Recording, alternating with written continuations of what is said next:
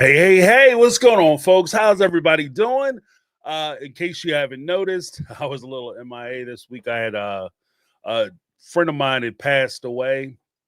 So this show I'm going to dedicate to Marty, my main man, Marty. He's a guy who we actually changed our government, our local government together. Wrote a charter, the whole nine. It's crazy, but he will be missed. He was a no limit soldier. He was the kind of guy who, like, when we set out to do what we did because some of our elected officials weren't doing the right thing by the people. So we wanted to make a change, and he was one of the guys who was always there, kind of pressing forward, doing everything he could to try to make his community better. And he will be missed. He was a solid dude. He was a solid guy. So with that being said, we are back in full effect starting tonight. I got a surprise for the members. When the show concludes, I'll reveal my new surprise for the members. Because I thought about some more things I could do to try to give a little more to the members, and other than just the motivation, which I usually wind up sharing with everybody anyway. So I'll reveal that in a little bit. But to the foolishness, guys, we were talking about sister wives, as we so often do. And I received 6 Speakpipe messages that I will be playing during the course of the show. And one of the things that really strikes me about Cody and Brown family, especially in light of everything that was going on with me this week, the more I think about it, I think that the biggest problem that I have with a lot of things that I see Cody do to the Brown family comes directly from something that Janelle had said during this last episode, some of the last episodes, when she was on the side of Cody Pass talking to Mary. And she said, we're hoping that Cody won't rip us off and he'll do the right thing by us, because this is what he teaches the boys. This is what he taught the boys, how to treat ladies. And then there was a scene where during Garrison's memorial in the second part of the season, where he takes the kids out and they're sitting there for dinner. And no, it was during the baptism. And he tells Solomon to pull a chair out for his sister. And she says, that's what a man is supposed to do for a woman. And one of the things that strikes me is that above everything else, this is the guy who is not only supposed to be the example for, a good husband and a good partner to his wives, the women that he chose, but he's also the guy who is supposed to be an example for his children. There's a old saying that, especially girl dads, your daughter will be the first. You will be the first man that your daughter ever loves. So that's why it's such a huge responsibility for fathers, especially depending on how their orientation works out. But that's why it's such a big deal for fathers to be around and be a present and be participating. And I'll say that, reflective of that, the counter of that is true as well. Like, clearly, like, mama's boy aside and all that other name calling stuff that you do, your mom is really, as a son, your mom is not only the first woman that you love, but she is the standard that you tend to hold when you're looking for partners. Just like your fathers for young girls, when they're looking for partners, they're looking for, they're holding that standard that they've grown accustomed to. That's why, as a dad, one of the more important things for you to do is to try to show your daughter how you want, when she goes out on dates, this is how I've always done it.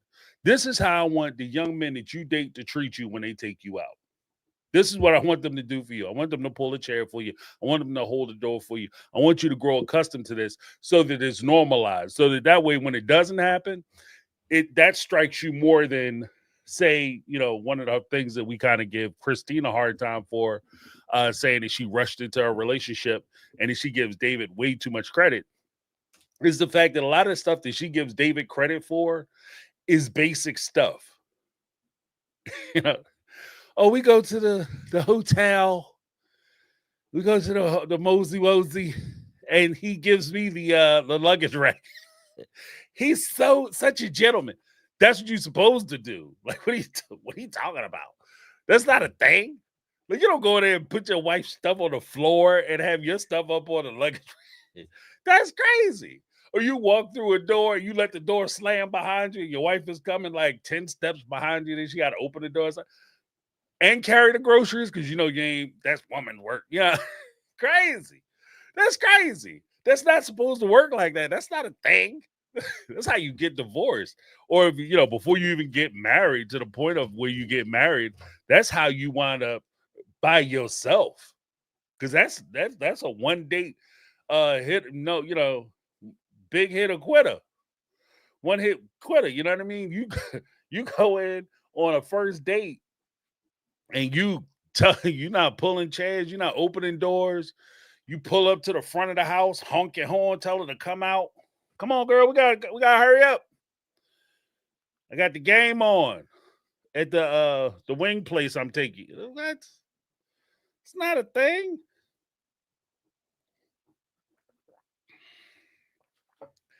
So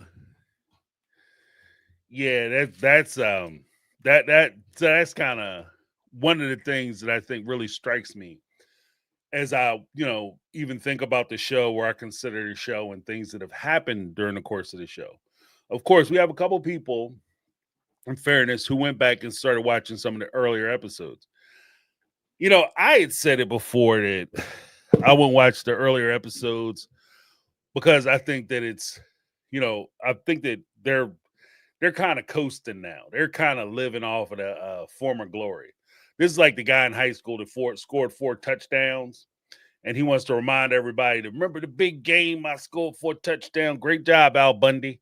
It's not, it's what did you do today? What have you done this week, this decade? Not necessarily what did you do 10 years ago, or how did you expose your family 10 years ago? And now y'all just making stories up. But another reason why it can be a little precarious going back watching some of the earlier episodes, if I'm gonna keep it a buck, is that it can be outright annoying.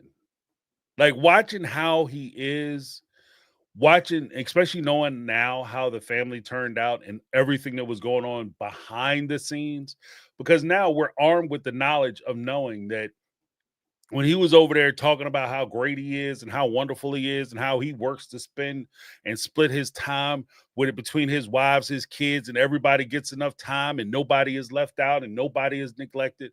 We know now that all was a lie. So when you go back, if you choose to go back, if you accept this message, accept this mission, and go back and you watch the show, what you will see is all the lies that they told, looking right down the barrel of the camera. Right? You'll see all the lies and misgivings, dishonesty that they were revealing to everybody else. And it's crazy. That part of it is crazy. It's just because there's that point where even Christine, I keep bringing that up because that's that part stuck with me when she said it. She was at the UNLV debate, and Cody said that there are no prisoners here. That if we want to leave, he'll pay for us to leave. He'll buy us a house. If you want to go, I'll buy you a house. You go be happy. And then to know what happened when she actually tried to leave, not only did he not buy her a house, he tried to take the house that she paid for. That shit is crazy. Like that, what? And that's just on brand for Cody. That's Cody on brand. That's not like him doing something that doesn't make sense or something we've never seen before. Even when he said, I was like, yeah, there's no way that's happening, girlfriend. You must be, what's in your cup? You know what I mean? That's not Folgers. Because there's no way that dude is buying you a house. And that's why, and what makes it more insulting is the fact that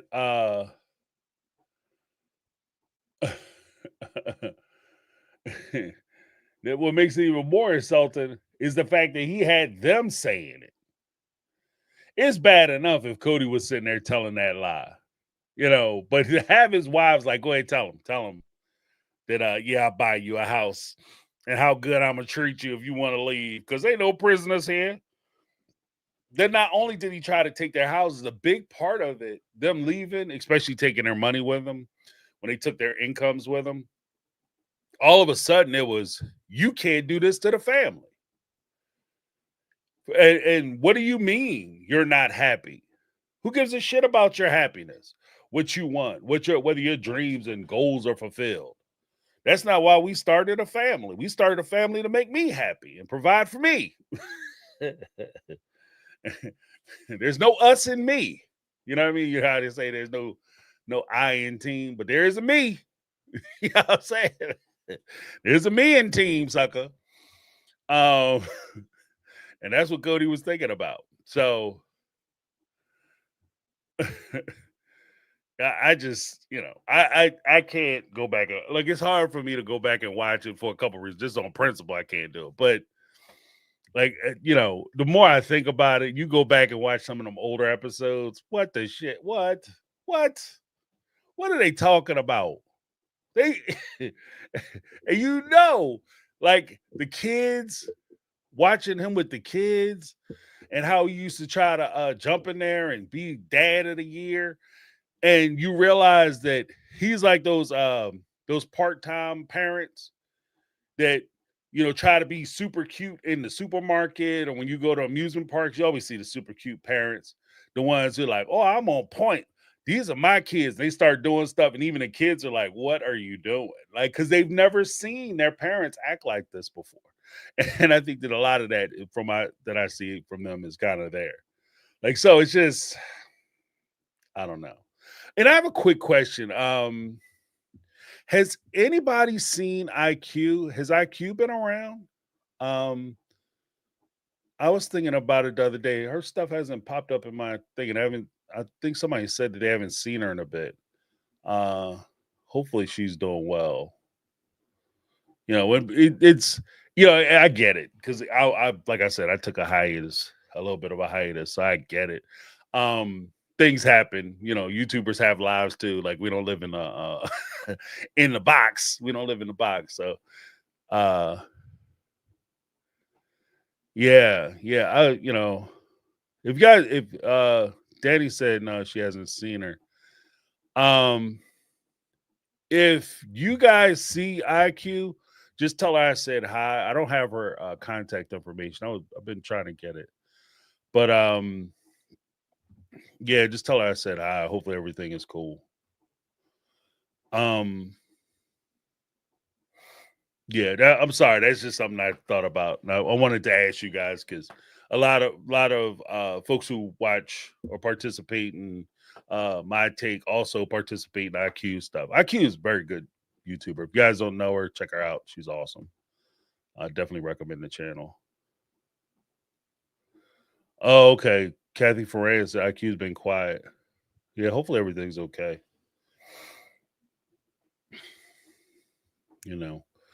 But yeah, we could get to some of these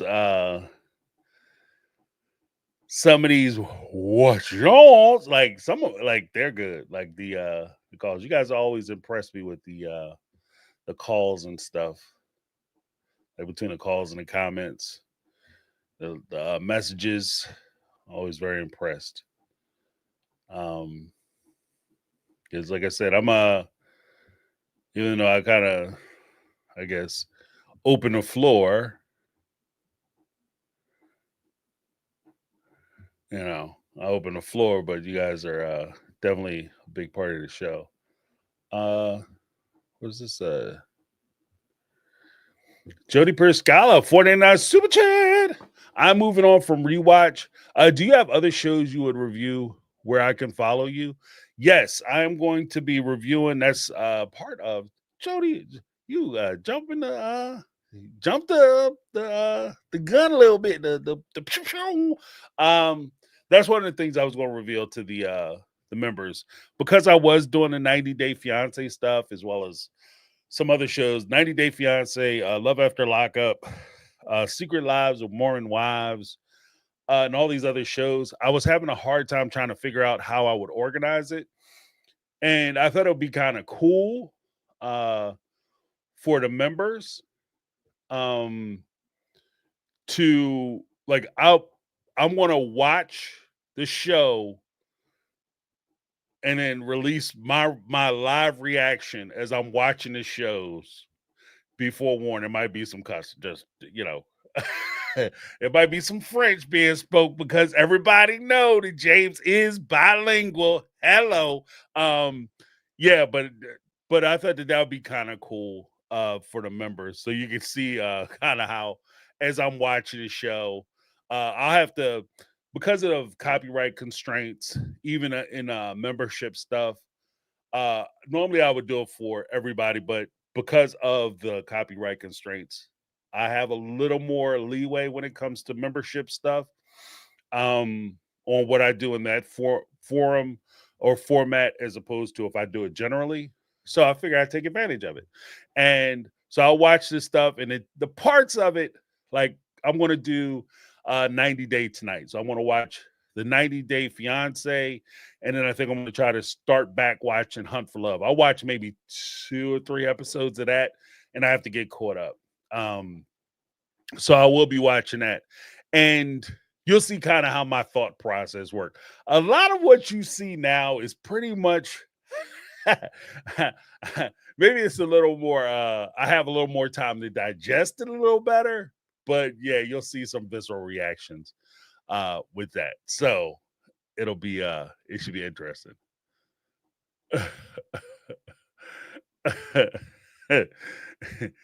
So it should be pretty interesting. But yeah, and then once I get finished, if I'm able to break it down a little further, I'll try to release that to to everyone, to public. I'll make it completely public and open, so that way everybody can kind of see kind of what's going on. I thought that would be kind of cool. But yeah, you'll get the members will get the first shot of me just like, what the, and Sister Wives. Like, there's a part in Sister Wives. There's a couple parts in Sister Wives where I was just like, I won't say I was inconsolable, but I was like, what the hell? What universe, when Mary revealed that Cody came to the house with Robin, and they demanded that I guess they hounded her so much about where the money was going, how much money she was making, how much money she was contributing to the family, that she had to go out and get a CPA, accountant, to come in. Who will do that? I'm not doing that. If I say I gave you what you owed and that's not good enough, I don't know what to tell you. Then maybe I have to rethink whether I'm giving to you or not. If you don't like what I'm giving you, I mean, shit. Especially if I know, and here's my thing. Here's my twist. If I know that I'm giving you money every week, I'm giving you money. Like, say every week for a year, I give you $100. Not every week, every month, I give you $100. That's $120. Simple damn math. $120. $1,000 a month. That's $1,200 or $12,000. If I give you $1,000 a month, and you come back to me and you say, James, I'm not a mathematician, I'm a math magician. And I was looking at the books and I was checking the account. It seems as though that account is now down to $3,000. And I was wondering whether you have been properly contributing money to the Brown family account. Sit right there. And I'm putting locks on the door. I'm turning them locks. Okay, I got them good deadbolts. All right, we turning some deadbolts. I have to go down and get some of that wood, and we gonna have to talk it out because there's no way in the world I know what I gave you, and you coming back talking about that money coming up short. I know it ain't coming up short on my end. So the question is, if I've been contributing the money, where'd the money go? And that seems to be the question nobody seems to damn ask when they get these questions. If I'm giving you the money and you're sitting here in my face grilling me like I didn't give you the money because you're saying you don't have the money, my question is, in retort, where the damn money at? Yeah, I understand what I mean. So that when he said that, no, we're not doing that. Oh no, I've given you the money. I've given you everything you need. Yeah. Hold on a second. Click them, click them, click them, shuggle, shuggle, click them, click them, click them, click them. Now let's talk about this money thing, because I inquiring minds want to damn know. I don't understand where the money went, but we're gonna find out today. And we would have been breaking out the books. And anybody who had access to money would have had to meet at a phone call. Come on over to the house. Yeah, no. Just drop everything you're doing. Come on over to the house. Bring your receipts. Yeah, I mean, because we got some phone calls to make. Like, I gotta prove. That's crazy. I gotta prove stuff. No, thank you. But yeah, thank you, Jody, for asking. Yeah, I will be covering other shows. There's a tie-in for Mormon Wives, or Secret Lives of Mormon Wives. There's a tie on Mom Talk. There's a tie-in with that in Vanderpump Rules. I never watched Vanderpump Rules, but maybe I should start watching that show. I don't know. But I think that what I'm also going to do moving forward, in light of Jody's question, is that I might spread my wings a little bit and do reactions to other things as well. So I'll be hitting the TikTok circuit to see what kind of content people are putting out, and then respond to those things as I find stuff that's interesting or whatever. Or if you guys see stuff that's interesting, you want to hear my response or get my reaction to it, send it to my take on reality questions at gmail.com. Take a look at it. If I can work it, I can work it. I'll upload it and I'll respond to it, react to it. It'll be awesome. All right. But thank you so much, Jody. Let me get a little something.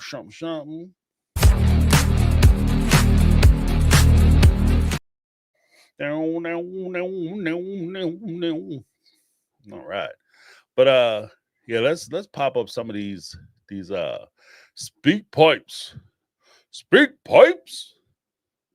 You know. All right.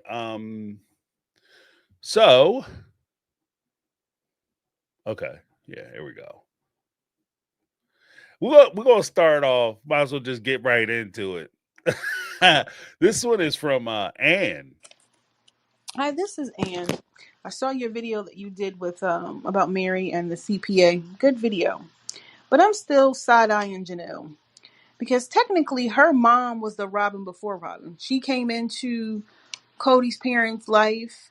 Cody's father divorced his mom, Cody's mom, and then legally married Janelle's mom, and then treated Cody's mom like crap. And I'm wondering, how did Janelle feel about seeing that? And then now, fast forward, that's how Cody ended up treating her and marrying Christine. He married his last wife. That was his favorite wife, and has been treating her like this queen, and then treating his other wives like crap. I wonder how she feels about that, and that parallel between her mom and Robin. But also, too, I'm side-eyeing Janelle, too, because going through older episodes, Janelle pretty much stated that she didn't like raising the kids when they were younger. She liked putting that on Christine. And then that gave her time to have fun and do things for herself, like go to the movies. She would take longer to get home from work because she didn't want to deal with all of that. And then Cody wasn't really helping Christine like that. So I think that was really selfish of her. And I'm wondering as to why she left the family and then came back, because she probably realized she didn't want to raise these kids by herself if she can just put them off on somebody else. But what do you think? Right. Here's the thing. I think that they're very good points. Again, these are things that, because Cody, and this is the excellent segue. This is where I say, thank you so much, Ann. This is where I say that when folks talk about they want them to have their own shows, this is where it gets dangerous for them to have their own shows. Because if you start to look a little closer at any one of the OG3 or anybody else who participates, some questions might come up. Some hard questions might have to be answered. And it's not necessarily a shot at Janelle, because their family dynamic was their family dynamic. But they were all non-traditional folks. Like when Janelle's mom entered in and married Cody's father, she was the Robin of that family brood. She was the one who came in, changed a lot of things. He was very interested in getting to know her and do things her way, et cetera, et cetera, et cetera. And she was able to solve a lot of his problems, we'll say. You know, the achy breaky part. Like he had blue stuff. So she was able to take care of a lot of that. And then for the most part, Cody's mom became like the OG3, which is part of the reason why I think, when I say you kind of fall in love with your mom as an example, that would be an example. Like the OG3 were closer to his mom. But then when he sees the example of his father and the way his father did it, his father, Cody's father, according to sister wife Laura, I didn't know the man personally. I don't want to, this is my feeling on it based on things I've heard, things that they've all said on the show. His father essentially did to his mom, Cody's father did to Cody's mom what Cody eventually wound up doing to the OG3. So you see a pattern. There is a pattern there. It does exist. And when you start talking about like the example that you set for your children, there is something. Your kids are always watching and they're paying attention, and like it or not, they're taking mental note as to the things that you do, how you do it, how you handle things. And it's very possible that they may find themselves in that same situation. And I think that that's one of the weird things about it. In addition to that, as Annie mentioned, Janelle did have a point, and she made it a big deal, especially in the first couple seasons, to talk about how she loved to work and she went to work, and Christine was the one who watched the kids. And basically, if you look at it from a traditional, what they call a traditional marriage setting now, Janelle, for the most part, was the husband. Janelle was Christine's husband. Maybe a non-sexual husband, but she was her husband nonetheless. She would do the things that a traditional husband would do. She bring home the bacon. Christine would fry it up in a pan. She was her husband. And if anything, Cody would be Janelle's brother husband in a sexual way with a sexual component. So, I mean, figure that out. But yeah, it's not. And again, I'm not trying to bash anybody. I'm not trying to make anybody feel bad or say anything. But I've always kind of suspected that Janelle's, if she wasn't making more money than Cody consistently, she was consistently making more money than Cody, because her money was consistent. The consistency of her money was there. If you say you have a really good week or a really good month, and you make $10,000. Right? Whoa, he made $10,000 in a month. He is balling. This dude is doing ridiculous. 10,000 in a month. What? But you have a wife who comes in and she maybe makes 5,000 a month, but she only makes half the money. He makes 10,000, she makes 5,000. Yeah. If she makes 5,000, which is good money, by the way. If she makes $5,000 a month, 12 months, she made $60,000. If he made $10,000 a month, 12 months, that's $120,000. He doubled her money, that'd be 5 and 10. He doubled her money. Amaze balls. Problem is, if she made $5,000 a month for 12 months, and he had 2 months where he made $10,000, the rest of the months he was either breaking even or he wasn't making any money, which Cody admits to in the book. Then in that situation and scenario, especially if you're looking at a family setting, Janelle would be the one who is more valuable in that financial sense because her money is more consistent. And so I think that was, Janelle was the helper husband as far as Cody was concerned. She was probably pretty much the financial backbone of the family, though, in real terms. But, when Cody said, you're like a friend, you're like a buddy, I think that's part of where that stemmed from. I think that came from that point.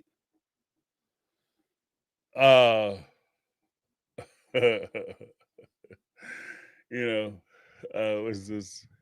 Let's check some of these super chats. Oh, sorry about that. Yeah, that surprised me too. I was, "Ooh, what the hell?" Oh no, Lord, not like this. This unlimited lipstick, Janet, 279 super chat.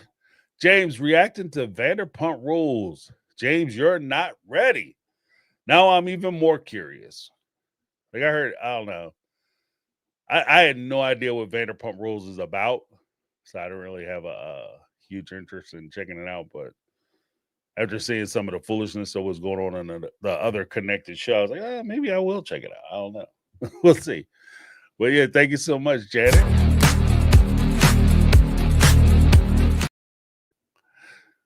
We also have another one from Janet, 699 super chat. Cody was trying to be Christine's first non-sexual husband, but Janelle won that contest. Yeah. Well, because I think Christine wanted she wanted to be the booty cube. She wanted to be down there for the hold down, if you will. But Cody, he never gave her what she wanted because that was a source of power for him.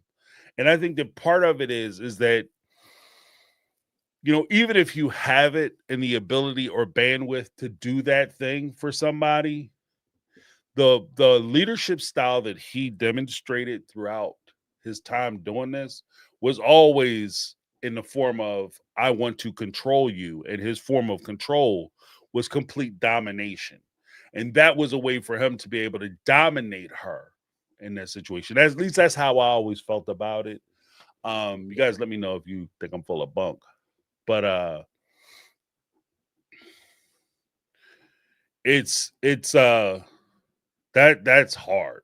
Like that's a hard thing. Like if your wife really wants something and you continually deny her that thing because you're trying to make her feel bad, or you're trying to control her, or you're trying to establish yourself. And to be honest with you, there's a lot of things that can go into it, especially as I'm watching the show. Part of the motivation is that if Cody gives her a little bit, he takes it away, gives her a little bit more, and then takes it away. Then he denies her, and gives her a little bit, a little taste or a teaser, and he takes that away. What it does is it creates an environment where she's always looking for him, always begging for him. She realizes the temporary nature of their relationship, and she's always trying to prove herself worthy so that she can get more of it. It's kind of what they do. Quiet as kept. I'm about to say something, going to get myself in trouble. Don't do it, James. I got to, baby. It's like the diamond exchange.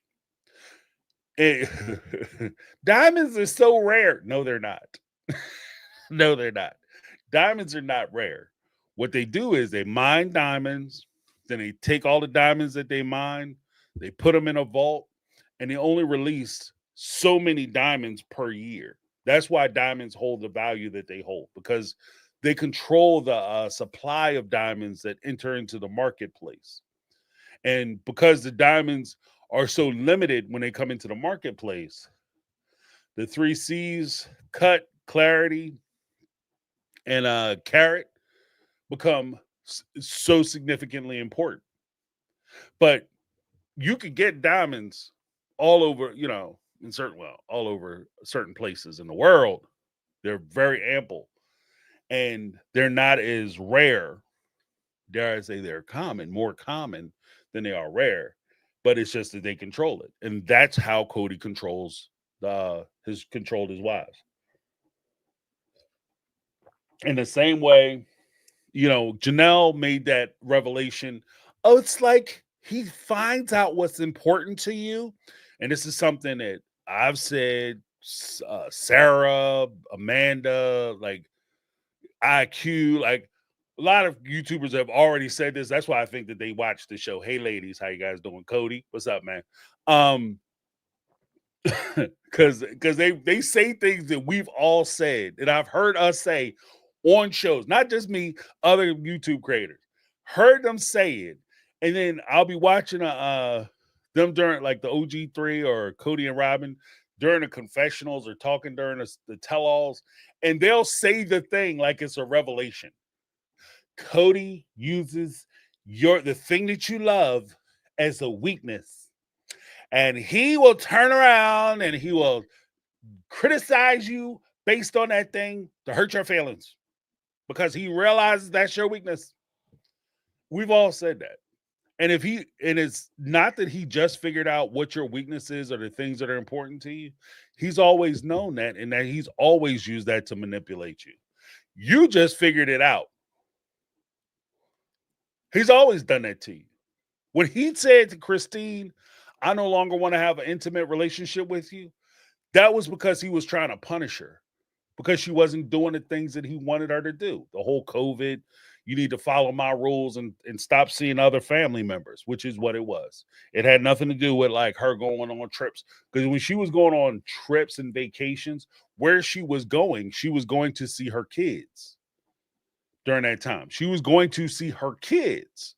It wasn't like she was going to Disney World and she was just licking, going to amusement park, licking the rails. Like, that's not what she was doing. So what are we talking about? So she didn't want to follow his rules. He said he felt disrespected. He felt disrespected because she wasn't following orders. Oh, you don't want to follow my orders? Then I'm going to mistreat you and you're going to take it. And that's what that was. You know what I mean? That's how I feel about it. So, yeah, I think that like when he said he wanted her to be a non-sexual husband, it wasn't the fact that he didn't want to knock them boots anymore. It was just the fact that he knew that was something that would hurt her by him saying that to her. Because again, she's always kind of Christine, even and again, this is one of them things. If they have their own show, it could go bad because this is one of them things. Christine has a way of looking at relationships like a young person would look at it. She has a fanciful way of viewing relationships. The whole idea of like love at first sight and we're going to be together forever. Everybody says that shit like in high school. There's plenty of trees that have been marked with hearts and names in it, only to have them trees either the names crossed off or the whole damn tree burnt down, or somebody out there cutting trees down like Cody, dropping them on somebody's house. I didn't never love Barbara. She dumped me because she went to college. She said she didn't like my ska band, that kind of thing. So she has that way about her. And that was always one of the things, the whole lightning bolt story that Robin tells. That's Christine's story. I don't know if folks picked that up. That was something Christine had said. Christine, that like, you know how we say like, oh, the creepiness of Robin taking a picture and putting her and her kids in it with Cody and removing Christine and her kids. Oh, that was creepy. She took Christine's original story of meeting Cody and turned it into her own. That's Christine's story. I was in church, saw him, caught a lightning bolt. That's part of the reason why I've taken a position that I speculate, I'm guessing, I'm pondering, I'm asking the question of whether they actually knew each other before that meeting in church. I think that they knew each other well before that meeting. I think that they met each other. I think that they knew who they were. And then the whole like, oh, I saw her in church. He might have saw her in church, all right. You know, talking to the fellas. Oh, who that there? Who that over there? Who that? Oh, yeah. Who that young girl? Yeah, right. Who that is? And he already been talking to her for like 2 weeks. He's already been to her house and everything. You know what I mean? He already knocked it down. So what? Or who that is? You know what I mean? Shit. Like I'm just saying. I think that's one of the things that, like, Christine, she wanted that love affair. And now with David, she has it, that whirlwind, world-class, romantic, romance novel love affair. That's what she has in David. But that's what she wanted with Cody. And by him denying her something as basic as, I'm going to come over once every 4 months and slide you a little vitamin D. And back, I'm going to go put on my Mormon shirt and jump on that mission, because we're going to be doing the straight missionary to mister. And then after I done my business, you good for another 4 months. You know what I mean? That's how he was treating her. So, but I think, again, that's part of I'm going to give you a little bit and I'm going to take it away. Give you a little bit, I'm going to take it away. So I think that's kind of where that was. All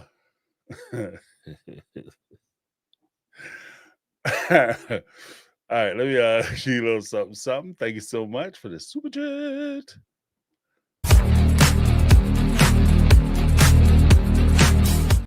Hey, Janet. All right. Next up, we have Brittany. Not Brittany. Remember, for 4 months. All right, Brittany. I don't know if you heard, we'll be doing some hopefully some fun stuff. I think it'll be fun with the members. But Cody made $100 more than Janelle one time. One time. He said, I got a bonus. How much was your bonus, Janelle? $100. Cody, you got a bonus too, didn't you? Yeah, I did. My bonus was $101. Was it a bonus? I thought they fired you. Yeah, it was a severance bonus. That's what it is. Severance bonus. I thought they just gave you cab money. So Cody made $100 more than Janelle one time and has been acting like the breadwinner ever since. Yeah, right.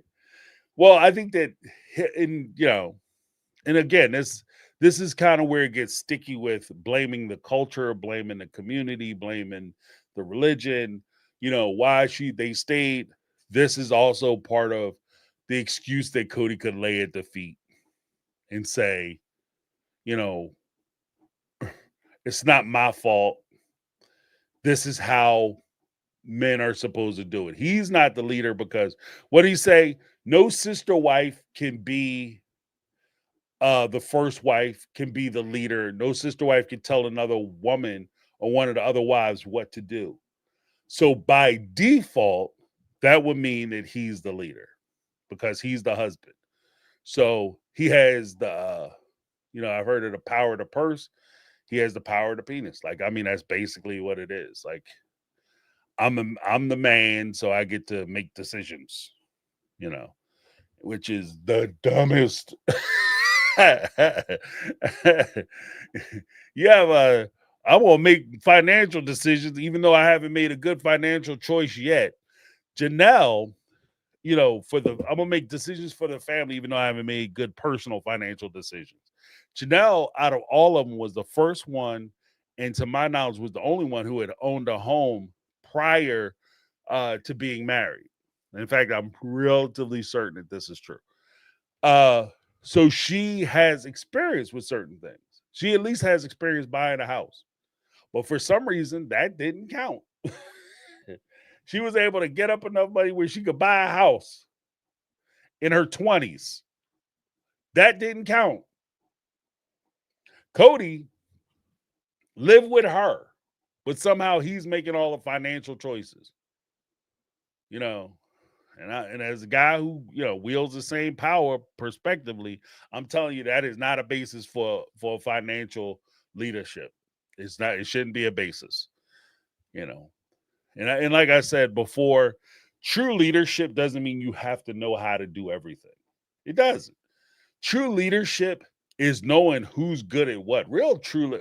For me, I think true uh good leadership is the ability to recognize talent and encourage that talent and foster that in talent and nurture that talent in others. It's not for you to improve yourself and make yourself great, but is the ability to see greatness in others and then help them to become great. And by, the whole adage that they use in politics, rising tides lift all boats, that works in families too. If my wife has an opportunity to go out and get this fantastic job where she can make tremendous amounts of money and she'll be happy doing that job, why would I discourage her from doing that job? Well, this is my dream job. They about to pay me quadruple what they pay me at my other job. Girl, you can't do that because then people might think you the financial leader of the family. But like you are dumb. If that's what you believe, I'm sorry. I'm sorry. This is just I shouldn't say people's life and lifestyle choices are dumb. Bad James. Bad James. For me, not the smartest, not the smartest move. Just logically, if you have the ability to increase your household income by double or triple, it doesn't matter who's bringing the money in. Because, well, at least the way I run my house, the way I say I run my house, me and my wife run our house. But the way I approach relationships, the way my wife approaches relationships, how we approach relationships together. When I bring in money or extra money, it's all going into the same pot. If she brings in money, extra money, it's all going into the same pot. I don't just want to, but the secret to the sauce, I don't want to just see her make more money. I want to see her be happy. I want to see, I don't want her to have to cry to go to fucking work. You know what I mean? When she could be upset because you got to go in and because we've had those jobs. You be upset, you be mad that you even got to go in. Oh, I hate this job. I hate these people. Seen that before. I'd rather her be happy, do something that makes her happy, or something that she can be proud of, or something that she could talk about that make a tremendous amount of money. Now, if she can find something that makes her happy and she can make a bunch of money, bully for her, hell yeah, take 2 of those, please. you know. But I would never sit up here and tell her that she can't do something because she would be doing well or too good or you have an opportunity. There was a point in the book, Sister White book, where that was one of the things that Cody had said to Janelle. She had said, well, maybe he didn't say that directly. This is me putting 1 and 1 together. 1 + 1 is 2. But he had said that she had said that she had a job, she was liking it, it was consistent work, she was moving up, she was doing some things, and then not long after she was doing these things for her particular position, he all of a sudden decided he wanted to move. To me, that sounds like sabotage. No bullshit. That sounds like he was going to turn around, start making she was going to make some good money, and he didn't like the fact that his little feelings got hooked because she was going to probably be making significantly more money than him. Then all of a sudden you have to quit your job because it's embarrassing that I go to work and you're making more money than me. Everybody at church know that you're making more money than me because they also live in these small communities, these small towns. So there's a possibility that people might know. Me, I don't give a shit. I could care less what other people think. Why I care? Why would I care? What's also funny to me in light of that, it also strikes me funny that you care if everybody thinks they make more money than you or they know that they make more money than you, but you have no problem taking money from them. Let me say that one more time for the people in the back of the church. You don't want people to think they make more money than you, but you have no problem living off of them. You have no problem taking their money. That's just dumb. You know what I mean? That's just dumb. To me, that's dumb. Oh, I don't want, girl, I can't have you being a doctor and I'm in here the maintenance man at this place, this hospital. We met, I mean, when I tell people we met at work, you can't introduce yourself as a doctor. They know I'm a janitor. They're going to think you make more than me. Oh, let me go ahead and move the Ferrari because it's parked in the, I got to get it from the valet. The Ferrari that she paid for. You know, give me a break, dude. Give me a damn break. But thank you so much, Brittany, not Brittany.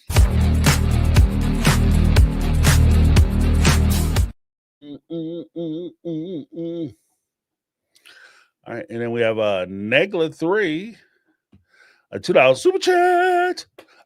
Paying for children isn't just cash. Yeah, that's true. Taking care of kids isn't just cash. But, you know, taking care of kids isn't just cash.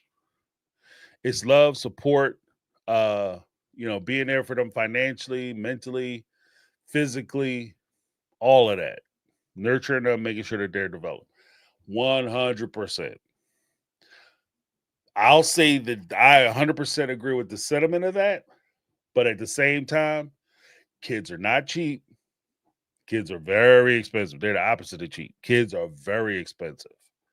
And so in a situation where you have somebody like Christine who is doing the child by themselves 100%, if you can't be there for the child physically, emotionally, spiritually, or any other illity way, any way that is of substance, the least you can do is be there for them financially. You don't want to take them to school? Fine. You don't want to pick them up and attend school functions? Fine. You don't want to go to church with them? Fine. You don't want to spend time with them? Fine. You have, you know, your life is too busy and too crazy to pick up the phone and call them and let them know that you're thinking about them, you care about them. That's fine too. But the least you can do is make sure they have a pair of shoes on their feet that don't have holes in them, that they have a coat, that when the weather comes, because it gets cold in Utah and in Arizona, when the weather comes, that child isn't cold. You can make sure that their belly is full and they have a comfortable place to lay their head at night. That's the least you can do. Now, I'm not saying that if you have a family and you guys decide to work it out and one parent is going to stay home and be there for the child 100% and the other parent is going to go out and provide the financial end and you're going to do that as a team, God bless you. God bless you. You do what you got to do. You raise your family how you raise your family. But I am not the one. James is not the one who's going to sit here. And when I say custodial, non-custodial, it's not if you're a father and you're not taking care of your kids, because there are mothers out here too who don't have their kids and don't feel like they should be contributing financially to them kids, and they don't go see them and take care of them, do anything for them. And the only time some of these deadbeat ass people even want to talk about custody, which is something we saw on the show, the only time they want to talk about visitation and custody is when they get that piece of paper because they want to be able to block anything or any attempts that the custodial parent makes to get child support. That's the only time they worried about, oh, I'm going to get 50-50. I'm going to see him half the time. Why can't I see him half the time? Why you got to be the one making all the decisions? You the one keep putting them in these activities, sports, and these fun things after school. Why you get to make those decisions? Why can't I make some decisions? Like she should be able to go, or he should be able to go to the free library. The shit is free. Read a book. Why they got to play all these sports? It's costing all this money. Why I gotta buy them insurance? Why do I have to pay for them clothes to go on school trips? Why do I gotta contribute to all these things? They could go to the free library. Hell shit, do what we used to do back in the day. Sit down, give them a bag of rocks. They could be my pet rock. They could sit there, use their imagination, and they can live that life. That's ridiculous to me. If you are a parent, and especially if you're not there for them physically, you're not picking them up. You're not taking care of them. You're not there for advice. You're not there for comfort when they fall down, they get hurt. Somebody at school or first boyfriend, girlfriend, whatever, hurt their feelings and break their heart. You're not there to help pick up the pieces. Then you need to start kicking in some money. Full damn stop. You need to kick in some money. You know what I mean? If you don't want to do it, and I'm sorry, I'm going on a tangent, but look, just some things. If you're in a situation where you're not with the other parent and you're the non-custodial parent, the other parent is doing it, recognize that they're the parent is doing a lot of the heavy lifting and a lot of the hard work. They're the parent that has to get up, make sure that they're doing the things that they need to do. They're the parent that has to make sure that the child has everything the child needs and that they are able to provide for that child to get them what they need and still take their ass to work. They still showing up to work every day. They're not calling out. They're getting everything they need to get done. And they're making sure that the child is getting up, going to school, coming home from school. They in one piece. They survived the day. And then they sitting down doing their homework. And their job is hard. And so I think that we have to always keep in mind that if you're a non-custodial parent, you have to be appreciative of a custodial parent's sacrifice that they're making. And if you are doing it the right way, if you guys can have the kind of relationship, I always encourage people to, if you're in a situation where you guys break apart, you stay involved, you stay in there for the kids. You don't have to like their ass. Nobody said you got to like them forever. Okay. I mean, you must have liked them for like 2-3 minutes, 5 minutes, or whatever, hour, because you're a playboy player, slinging and banging, whatever you want to say to make you feel better, feel better, Skippy. But at the end of the day, if you can work things out. If you can do it without having to go to court, involving the court and having to put it on a piece of paper, you guys can come to some kind of agreement and she's fine with it. He's fine with it. The custodial parent's okay with it.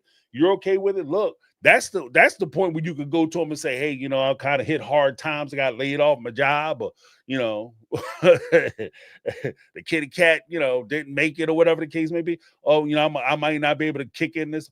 That's when you get that pardon. You're not going to get that shit from the court. You go to court, it is what it is. So, I mean, that's just kind of where I'm at. I'm sorry I went on a little bit of a tangent.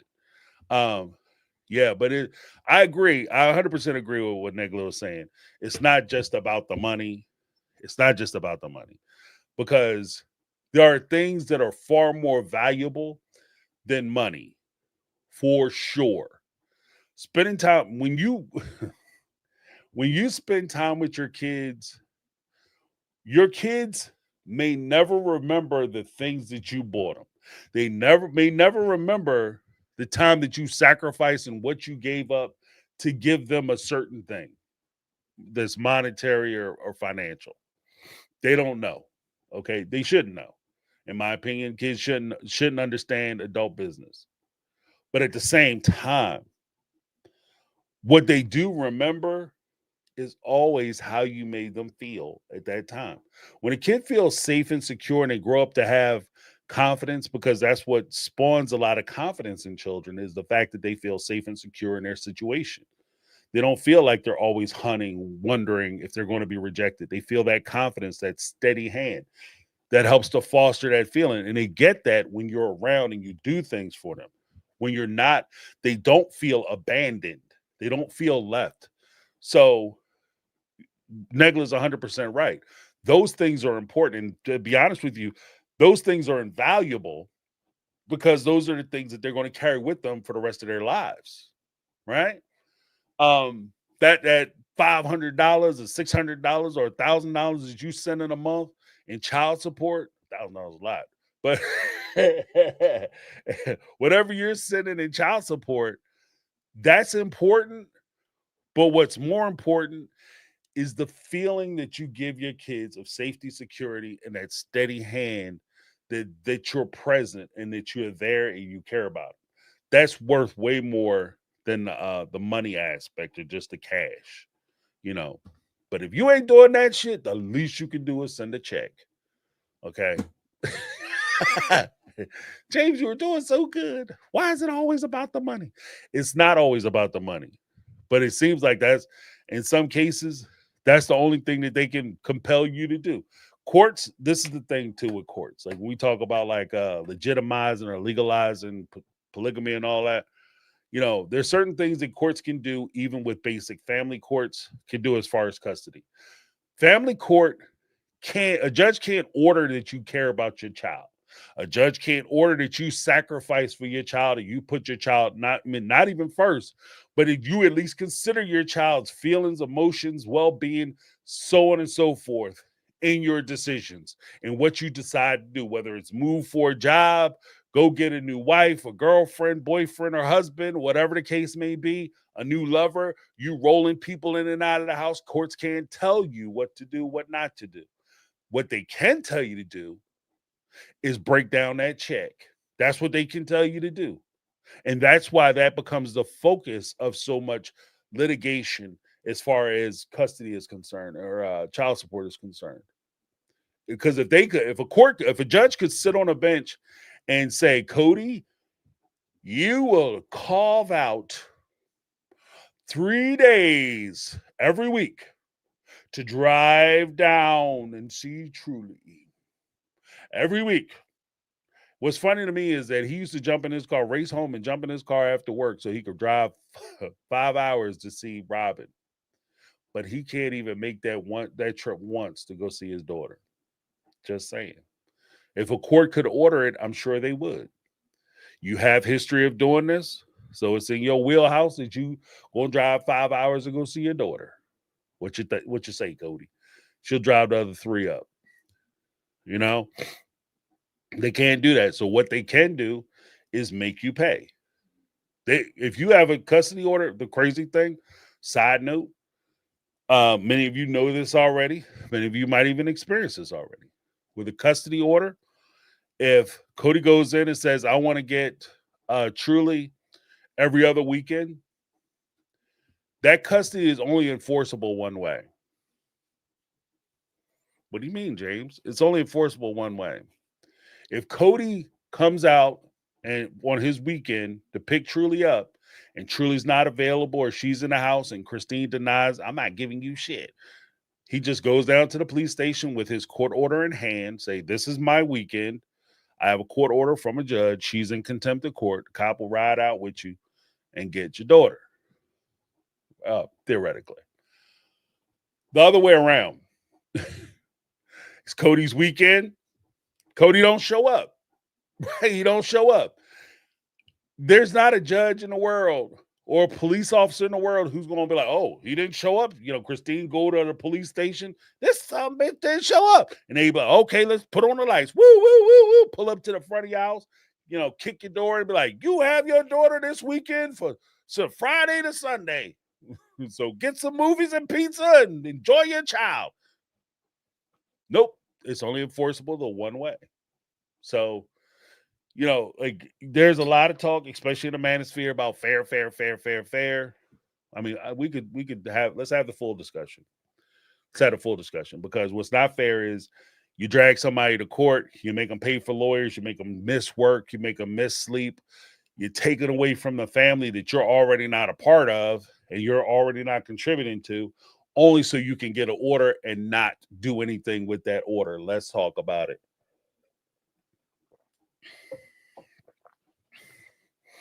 And there's nothing the courts can do about it. A judge might be like, okay, they might modify the order,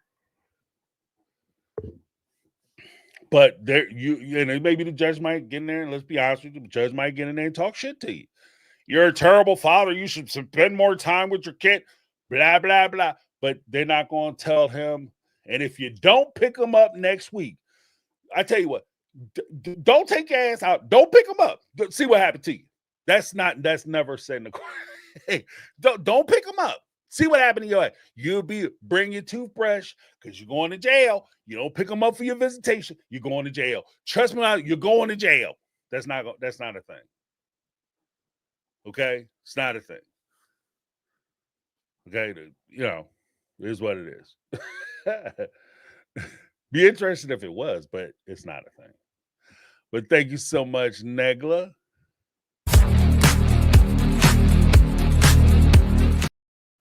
Negla, got me off on a rant.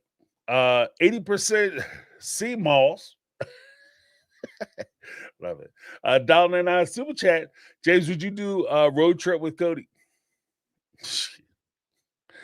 You try to get that dude left in the desert somewhere. You be left unattended. You know what I mean? Go from like Sister Wives, road tripping with Cody on Sister Wives to first 48. I'll be sitting in one of them rooms talking to the detective. I don't know what happened to him, officer. Nah, I'm just kidding. I wouldn't do that to Cody. I wouldn't, just because, like, the funny thing is, like, from what everyone's account, Cody's an interesting guy. He's very charismatic. I don't think he would, and T is like a hunting trip. Hey, man, I'm gonna wear my big orange vest and you wear this. What is this? Am I cosplaying as a deer? Yeah, you'll be fine. See, what's going to happen is we're going to use you as a decoy. Okay, you're going to go out, you're going to jump in them bushes, and I'm going to be over there, right? And I'm going to keep an eye on you. And when the other hunters come, I want you to kick your heels real hard and start running as fast as you can. That'll draw the deers out.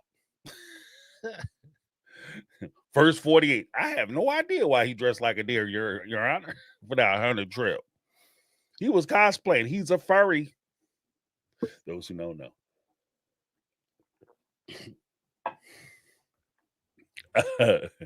Yeah, me. I don't think Cody would do a road trip with me. You know what I mean? I don't even know if we would like the same type of music. Like, you gotta be able to have like a bass line. And I listen to pretty much everything. And when I say everything, I mean everything. I listen to a lot of stuff. But I couldn't do the like the little sayings might get to me.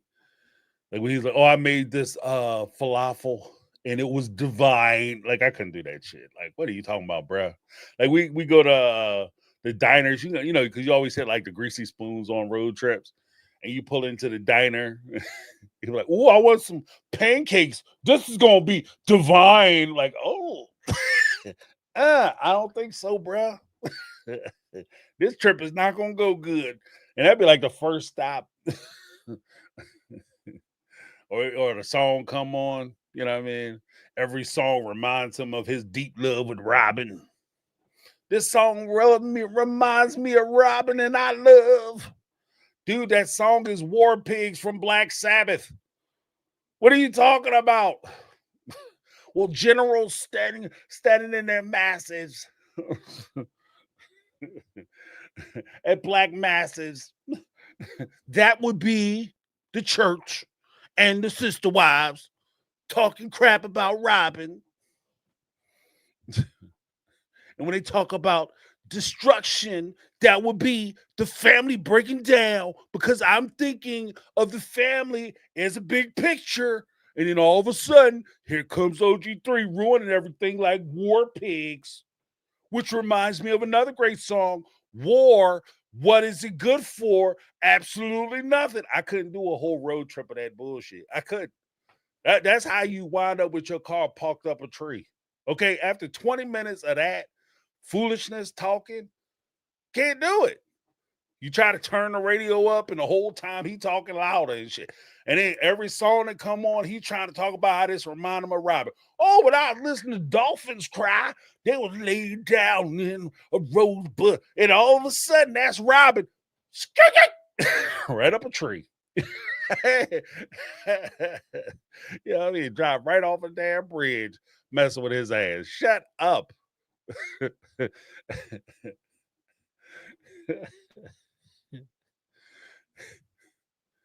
You know, me and Robin's favorite song, Smack That from from Akon. Smack that out on the floor. Smack that. Reminds me of Robin. When Jolene come on from Dolly Parton, that reminds me of Robin. She would call up, and Christine was like Dolly singing, Robin, Robin, don't take my man away. Oh, God, that's me and Robin. Everybody hate love. The world hate love. Yeah, no, I couldn't do a road trip with Cody. And I don't know, maybe I'm just being a jerk because that's the thing that everybody would say. I don't know. You know, and it would at some point during a road trip, it would probably strike me that, you know, we doing this fun ass road trip for TLC or whatever, probably getting paid, most likely. That would be why he would do it with me. The only reason he would do it with me, we was getting a check. But it would also strike me that, you know, this is time you could be spending with your kids and your grandkids. Instead of you sitting to call me, call him up. You know what I mean?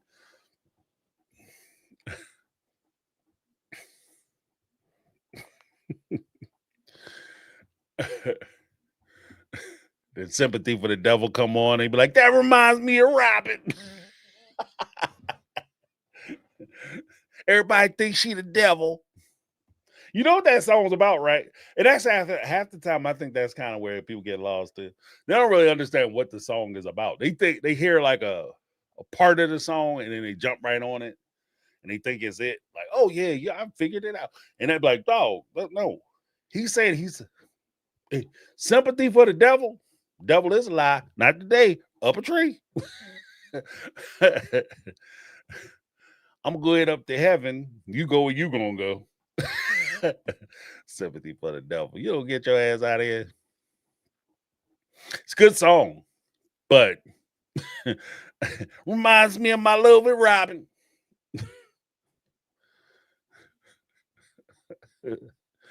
Because the world hates the love. Settle down, Johnny Appleseed.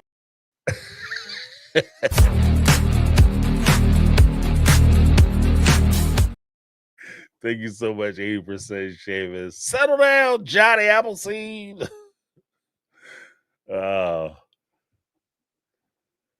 Here's Negla 3. $2 super chat. Damn Skippy James. Good. What I was talking about, making sure you're taking care of your kids. I appreciate you, Negla. I get what you were coming from. And I do think, again, I think that is time is far more valuable than money. Hands down. With that being said, though, money is important. Okay.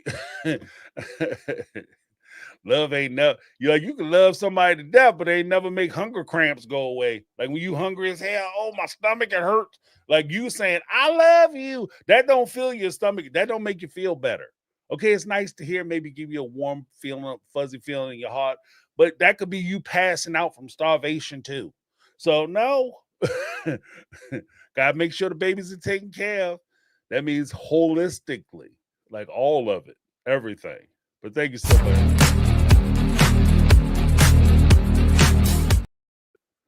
All right. Let me I'm gonna jump on some of these, do one more of these messages from Speakpipe. You see it? Did you guys see me stall out? My brain just I had a pause. Had a little pause. All right, let's see what we got. Ciao.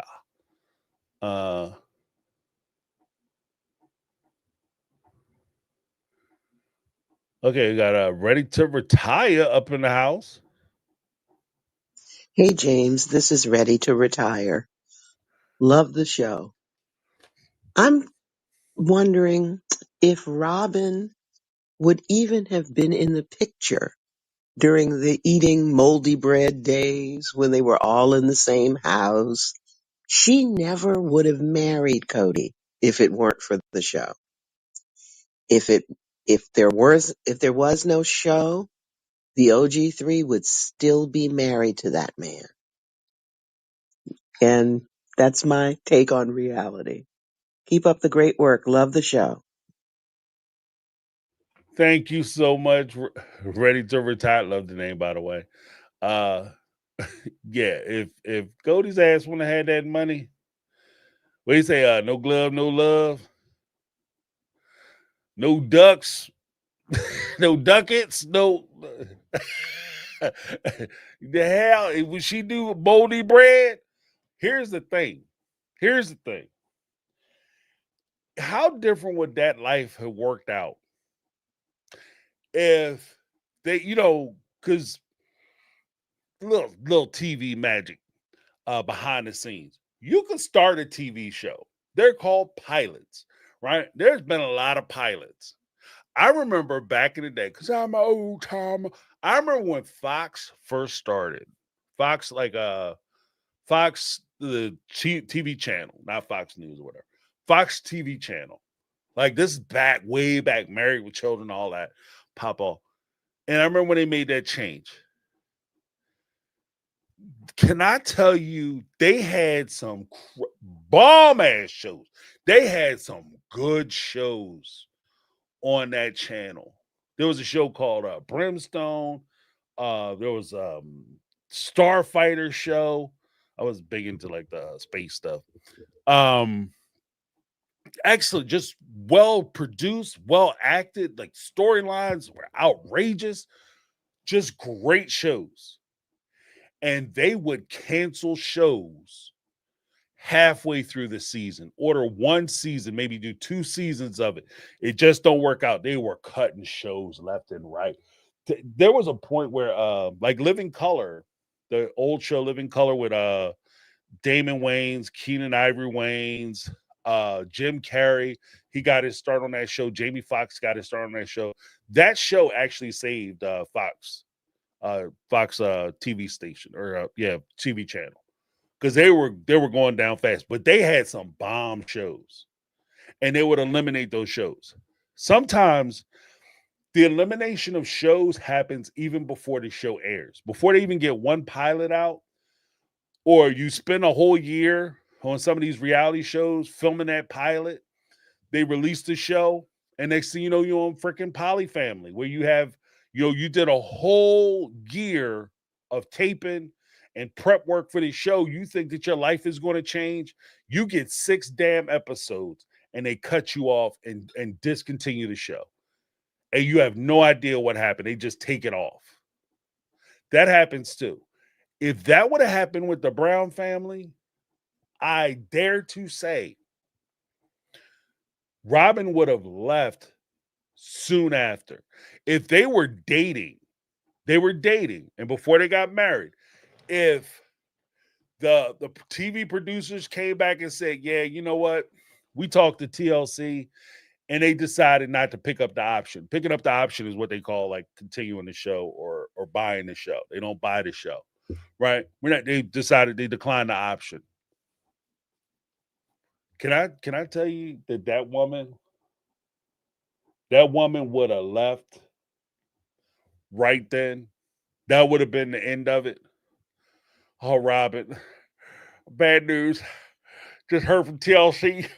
They said they ain't gonna do the show, Robin. Oh, Robin, we're not gonna be on TV. So we're not gonna be on TV, Cody? No, Robin, no, we ain't gonna be on TV. So that means we ain't getting paid. No, Robin.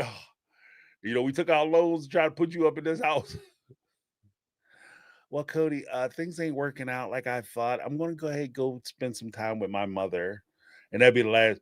Robin would have been the equivalent of them old time dudes. Again, I'm an old dude, so I remember back in the day when the guys would abandon their families, and the story they would always tell is that they going out to the store to get some milk, bread, or cigarettes. Robin would have hit them with the trifecta. Cody, I'm going to go out and get some milk, bread, and cigarettes. 20 years later, Cody will be still sitting on the porch waiting for Robin to get home, eating bread, sandwiches, drinking milk while she's smoking a cigarette.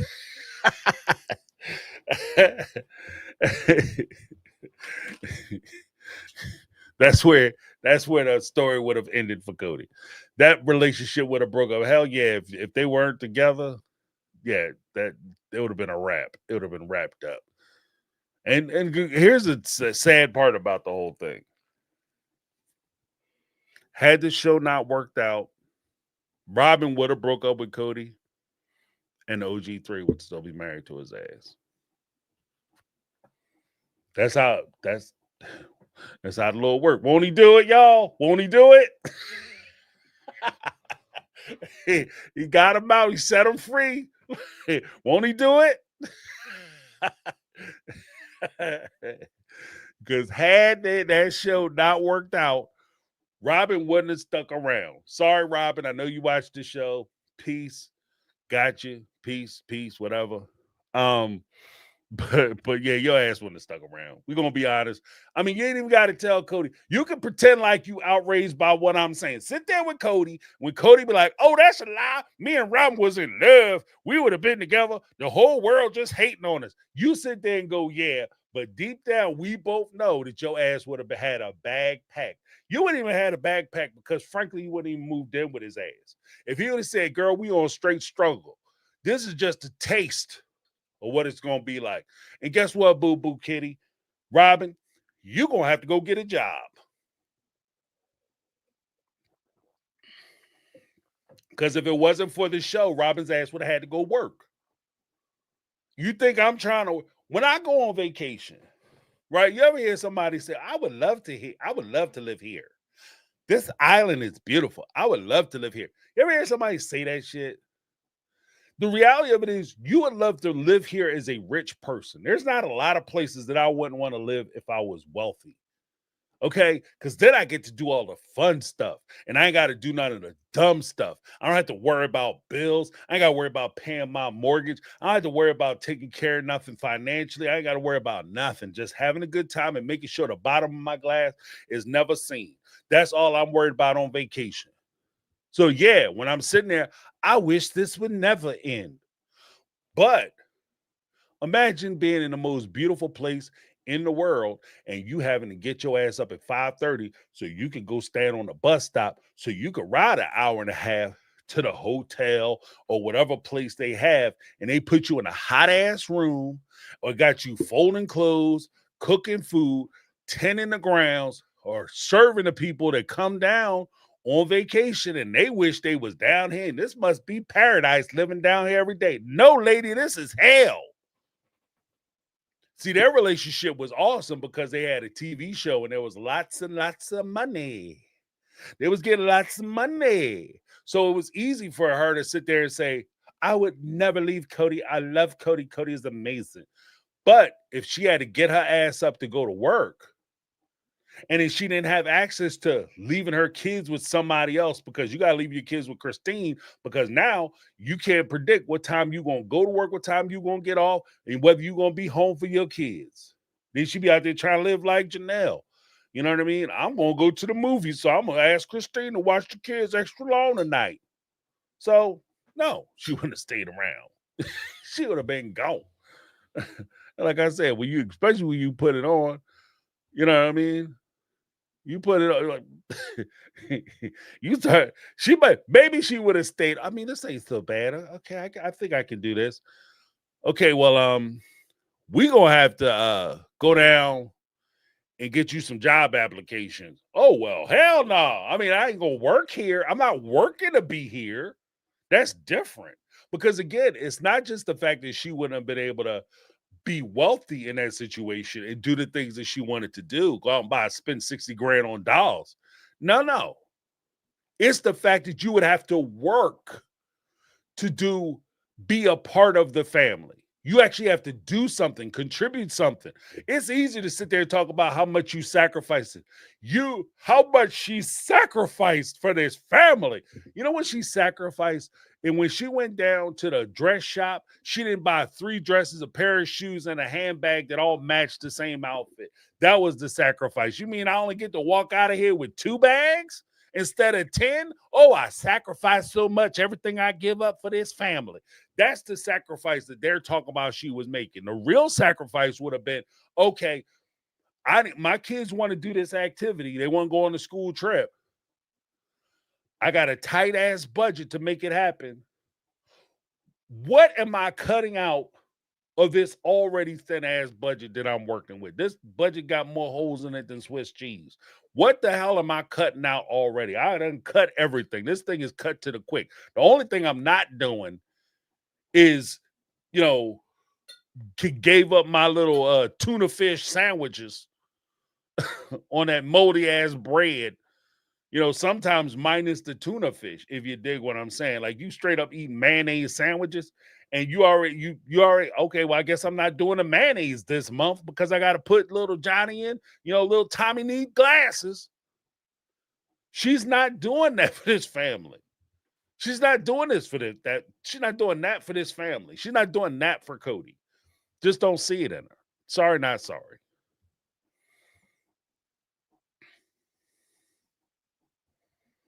Yeah, ready to retire. Her kids will not have their own rooms. Wasn't that her deal breaker for the rental? Yeah, their own rooms. Are you kidding me? We gonna have kids on top of kids on top of kids. We talk about bunk beds and sharing beds at that point. So yeah, no, ready to retire. Thank you so much for the call. No, you 100% right.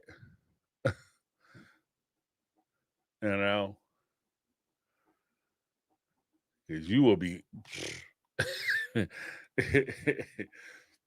your life about to get hard. And like I said, it's one thing for you to have a bunch of money coming in. You're on TV. You're the most famous person that you and your family know. And you have those accolades, because it's not just accolades of people like me, strangers talking about you. It's the fact that you walk into church and everybody, that's the one that's on TV. Oh my gosh. When she goes to parent-teacher conferences, you guys have your own TV show. Yeah, maybe I'll bring the cameras in and let you guys be on TV too. Oh my God, that'd be so amazing. Right? That's what she was dealing with. You lose all that. That's one thing. But again, when you work in 12 hours a day so that you can be a part of a family, and you don't even, she didn't like and get along with everybody when she had money. Let me say that one more again. You say one more again, James, for the people in the back? Yes, sir. She didn't like everybody and they had money. Their bills were paid. And you couldn't get along with everybody. You can't tell me when you got the real stresses of life on your back and you don't have $100,000 checks hitting them doors. And you going to work and it seems like you working for the government and the bill people, because every time you get a check, by the time you actually get your cut of the check, you give the tax money, they take their shit. Uncle Sam take his shit first. He don't even play. He's straight pimping, right? All right, pimping. You got the big top hat on. I see you play. The only thing Uncle Sam don't have is a cape and a cane, walking around on fish tank shoes. That's the only thing Uncle Sam ain't got. Pimp Daddy Sam. That's what I'm gonna call him from this point forward. Right? So you pay your taxes, Pimp Daddy Sam get his cut. Then you have to figure out of what's left. You have to break down, pay off your bills and the money that you owe already for shit that you've already got and money you've already spent. So you're paying your bills. Then what's left, you have to figure out your food, your living arrangements, your kids' clothes, everything else. And by the time you get through all that and it's time for the fun money, you look at fun money for what? I didn't even have enough really to cover the stuff I'm supposed to cover. In fact, that's part of the reason why next check, I'm going to have to pay an additional bill because I didn't cover this bill this month. And you telling me that you going to sit there with that pressure with some people you don't like? Not likely. So I 100% agree with Ready to Retire. She's 100% right. 100% right. There's no way. The only thing that would have happened, the only thing that would have been different is that she would have stayed with she would have left and OG3 would have been trapped.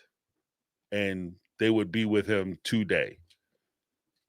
And he probably would be acting all humble and shit, which makes it even worse. Because they got to see, like I've always said, with money and power, it just gives you the ability to be who you actually are. You just reveal more of who you actually are.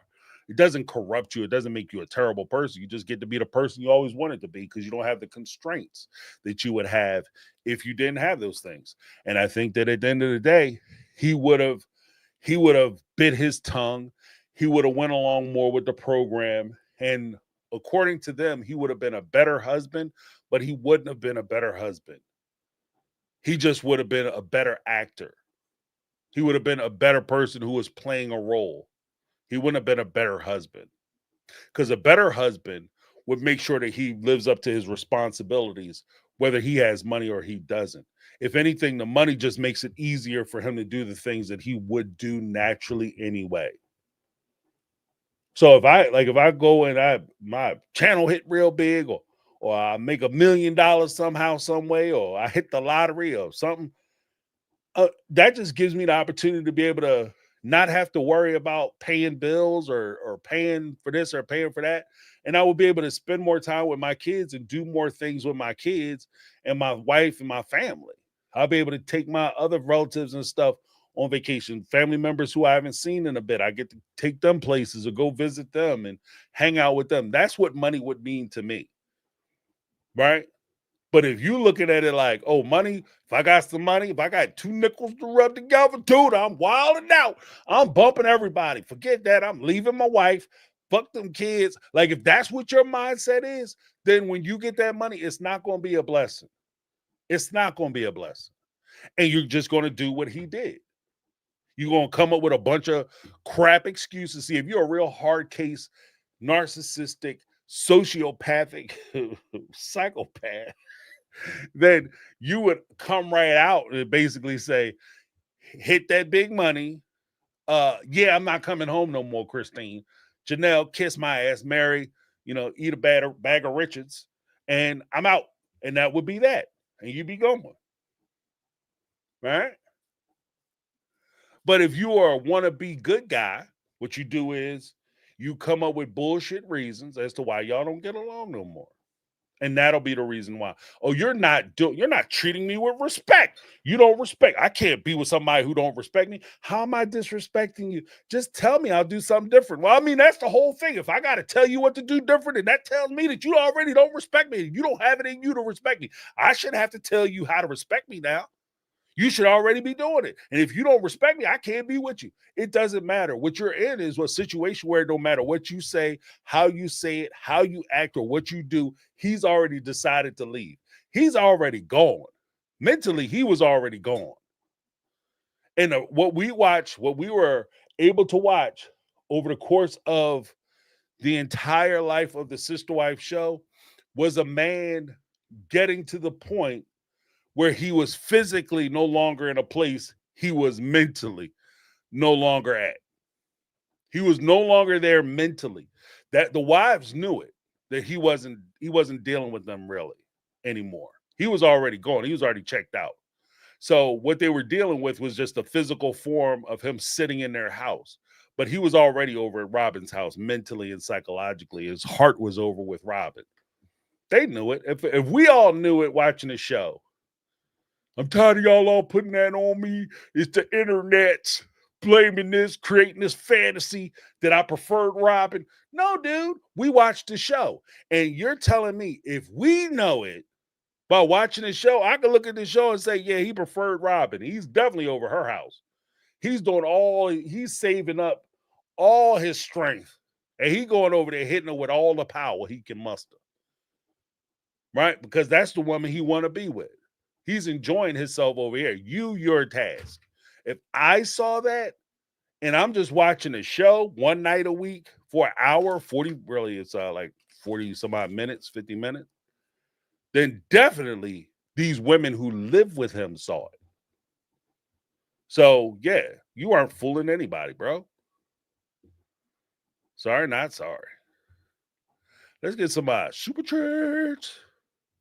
Hold on 1 second. Let me call them up. Call up these super chats. Brittany, not Brittany. What's up, Brittany? Salute. Mega Mod, Brittany in the house. 499 super chat. And what's crazy is Cody will want praise for all the hard work he does for Robin's kids, but dismisses the work that the OG3 have put into theirs. Yeah. Because the crazy part is, and I've kind of always said this. This is a hard thing to say. Parenting, like many things, is in the eye of the beholder, right? So when Cody is with Robin's kids, like if you go to Robin's school, I'm sure like all the parents are probably like, oh, Cody is a fabulous father. He's always here. He's always present. He's probably a member of the damn PTA and shit, like join the damn school council and all that. Like he's probably doing all that stuff, going before school, after school, working school plays there for school trips, chaperoning school dances, doing a whole nine, volunteering, everything. He's such a great father. But then what you don't recognize is the fact that you always see him with Robin's kids, the kids he has with Robin, but you never see him with Truly, who's only a year or so older than Solomon. 2 years older than Solomon. They're the same, damn near the same age. You don't never see him with her. In fact, if he showed up with little Truly, he'd probably have to introduce her. Well, who's this little young lady? Oh, this is my daughter, Truly. Oh, I didn't know you had another daughter. Yeah, this from my ex. Oh, okay. And then you get those weird looks because people start doing the math, like, oh wow, what grade are you in, Truly? You know, I'm in I'm in 8th grade, about to go into 9th. Oh wow. Solomon is in 8th grade. One of those. So, some overlap. So yeah, I mean, but that's just kind of the sad part. But just as a personal note, I've always felt like if I had extra kids, if I had outside kids somewhere else, that if I wasn't doing the right thing by those kids, that I can't be a good dad. I wouldn't be a good dad at that point. Like you can say I'm good to these kids, but I'm not a good father. And I think that kind of applies here. Like if you are, I didn't have time and I didn't want to. I don't want to spend time with Robin's kids because I like them. I think they're cool. Well, maybe part of the reason why you don't think your kids are cool with the other wives is because you never spent time with them. The sad part is you didn't give them the same opportunity. So yeah, if you don't go over and see them and hang out with them, you might not appreciate them the same way. But that's not their fault. That's your fault.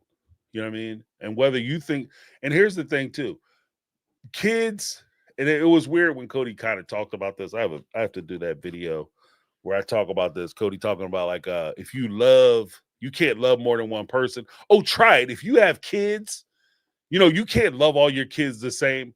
Wow, bro. Wow. Wowie, wow. Wow. Okay. So you having kids is basically a popularity contest. Like, is that what I'm hearing? Like you have kids, and if your kid is the football player and he's the star of the team, he's the quarterback, and you get all the girls are interested in him because they think he's super cute and super hot, and he bringing all these young ladies over to the house, and you get to point at him and say, that's my son. Look at him with all these babes, these young tenders, these tenderonies, right? And that kid you appreciate. But the kid who may be an artist, or maybe he's a little bit of a loner, maybe he's struggling with school. Like, I'm not even going to give him like, oh, he's a super genius, he's a nerd or whatever, and he's doing really well in school. Maybe he's struggling in school. He's having a rough go of it. You know, whereas one son is talking about going on to college and doing these big things, your other son is, you know, you lucky if he graduated high school. Like, you know what I mean? It's a celebration. You at the Denny's. He come out of high school, right? Here's the thing. Doesn't he deserve as much celebration? Doesn't he deserve for his accomplishment? If he worked and did the best he could, doesn't he deserve that same? Where if you're going to take one to Denny's, oh, I'm gonna go to Ruth Chris because my son got into Harvard. You should be taking your son to Ruth Chris because he graduated high school, or because your son went on to get a job that he can do, and that makes him feel like he's doing something and contributing something that he's building himself up with. You should be happy for your child. It's not a popularity contest. These are your kids. This is also the counter side of when people say, oh, my kid is my friend, I'm their best friend. You're their parent first. Parents are unique, is a unique position for this, as far as I'm concerned. Parents are a unique position. I love hanging out with my dad. I was at my dad's the other day talking. Me and my dad, my brother, we can sit there and talk. And sometimes I feel bad when other people are around, because we could just sit there and we could just talk with each other and just enjoy each other's company like crazy, right? And I'm hesitant to say that my dad is my best friend. My brother is probably is one of my best friends, right? If I'm gonna say that in that realm, if I had to rate it, he would be one of my best friends. But he's my brother, right? And to me, that's more intense than just friend. Just like father is more intense than friend. Just like mother is more intense than friend. I'm only gonna have one mom. I can have 100 friends, and I can have 50 best friends, but I'm gonna have one mother, and I'm gonna have one father, and I have one brother. I have dudes I might be like, yo, what's up, brother? What's up, bruh? What's up, brohim? What's my brat? Right, a little Russian. But I'm only gonna have one brother, right? Full stop. The dark side of that is that when you're sitting there and you just rate them as cool people to hang around, then you get to jump into the rating system. Then you get to start to decide whether this person reflects you in the way you want to be reflected, and do you really want to hang out with them because you don't want people to look down on you because you're hanging out with this kid that people think is a loser. Other people don't see value in your child. Then you're failing. For me, you might be a great friend, but you're failing as a parent, because you see value in your kids. You know what I mean? The one place that my kids can go, and I've always said this to my kids, especially, the one place where you will 100% have people who want the best for you and don't have any stake in it. Like I want my kids to do so much with themselves and be happy and everything, and it doesn't affect me at all. I don't want them to have the lifestyle of the rich and famous because they get to move me into the pool house. I want them to have the life and lifestyles that they want to have because that's what they want. If they moved and they had a great life somewhere and I stayed here in my house, then I'm happy.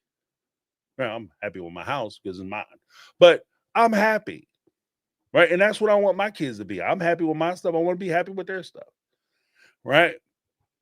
And what scares me, or what I don't like about Cody, he treats it like Robin's kids are cool, so he'll hang out with Robin's kids because they're cool and they're fun, but the other kids aren't cool and fun.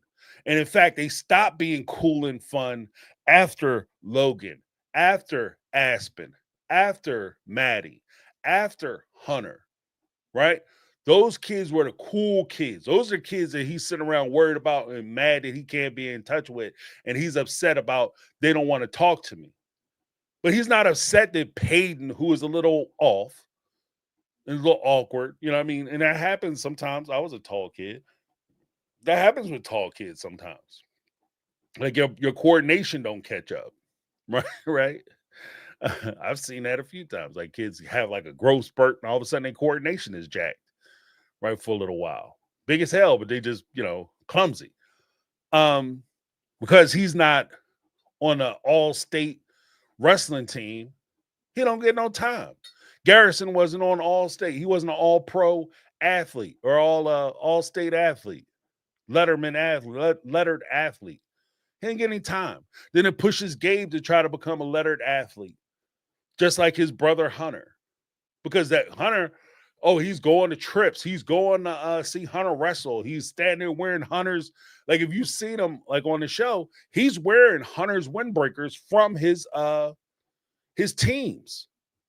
Both Hunter and Logan, he was wearing their jackets, their wrestling coats, their warm-up stuff.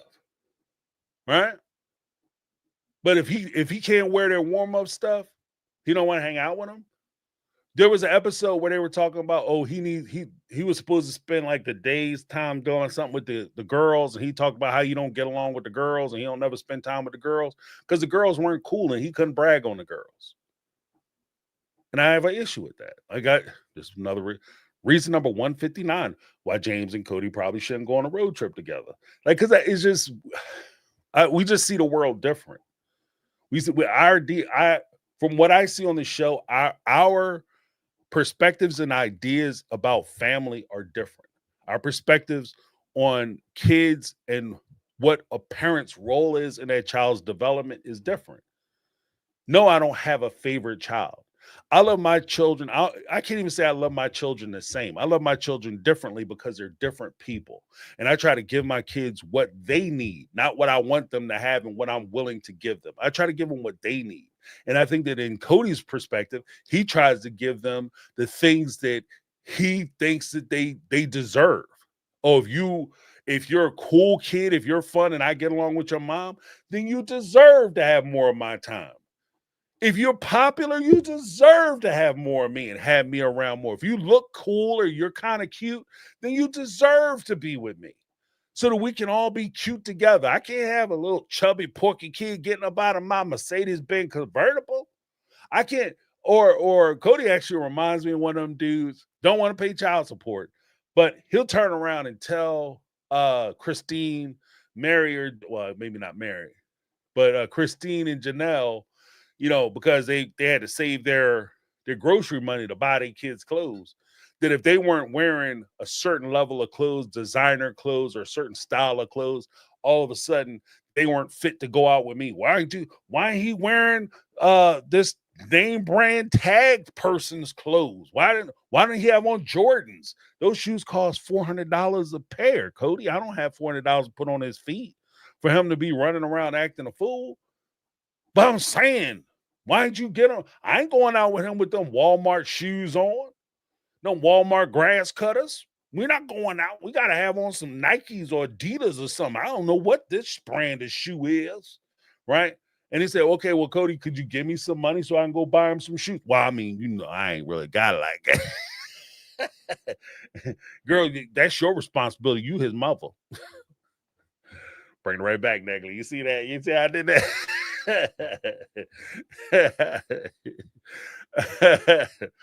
But you understand what I'm saying. But yeah, let me give Brittany a little something.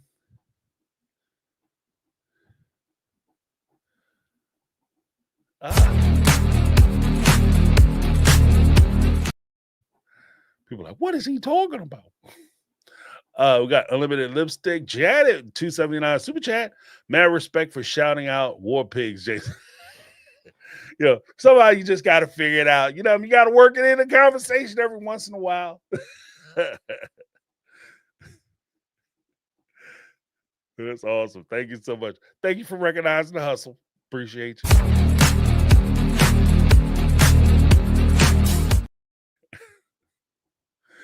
Jody Pierce Scala, 989 super chat.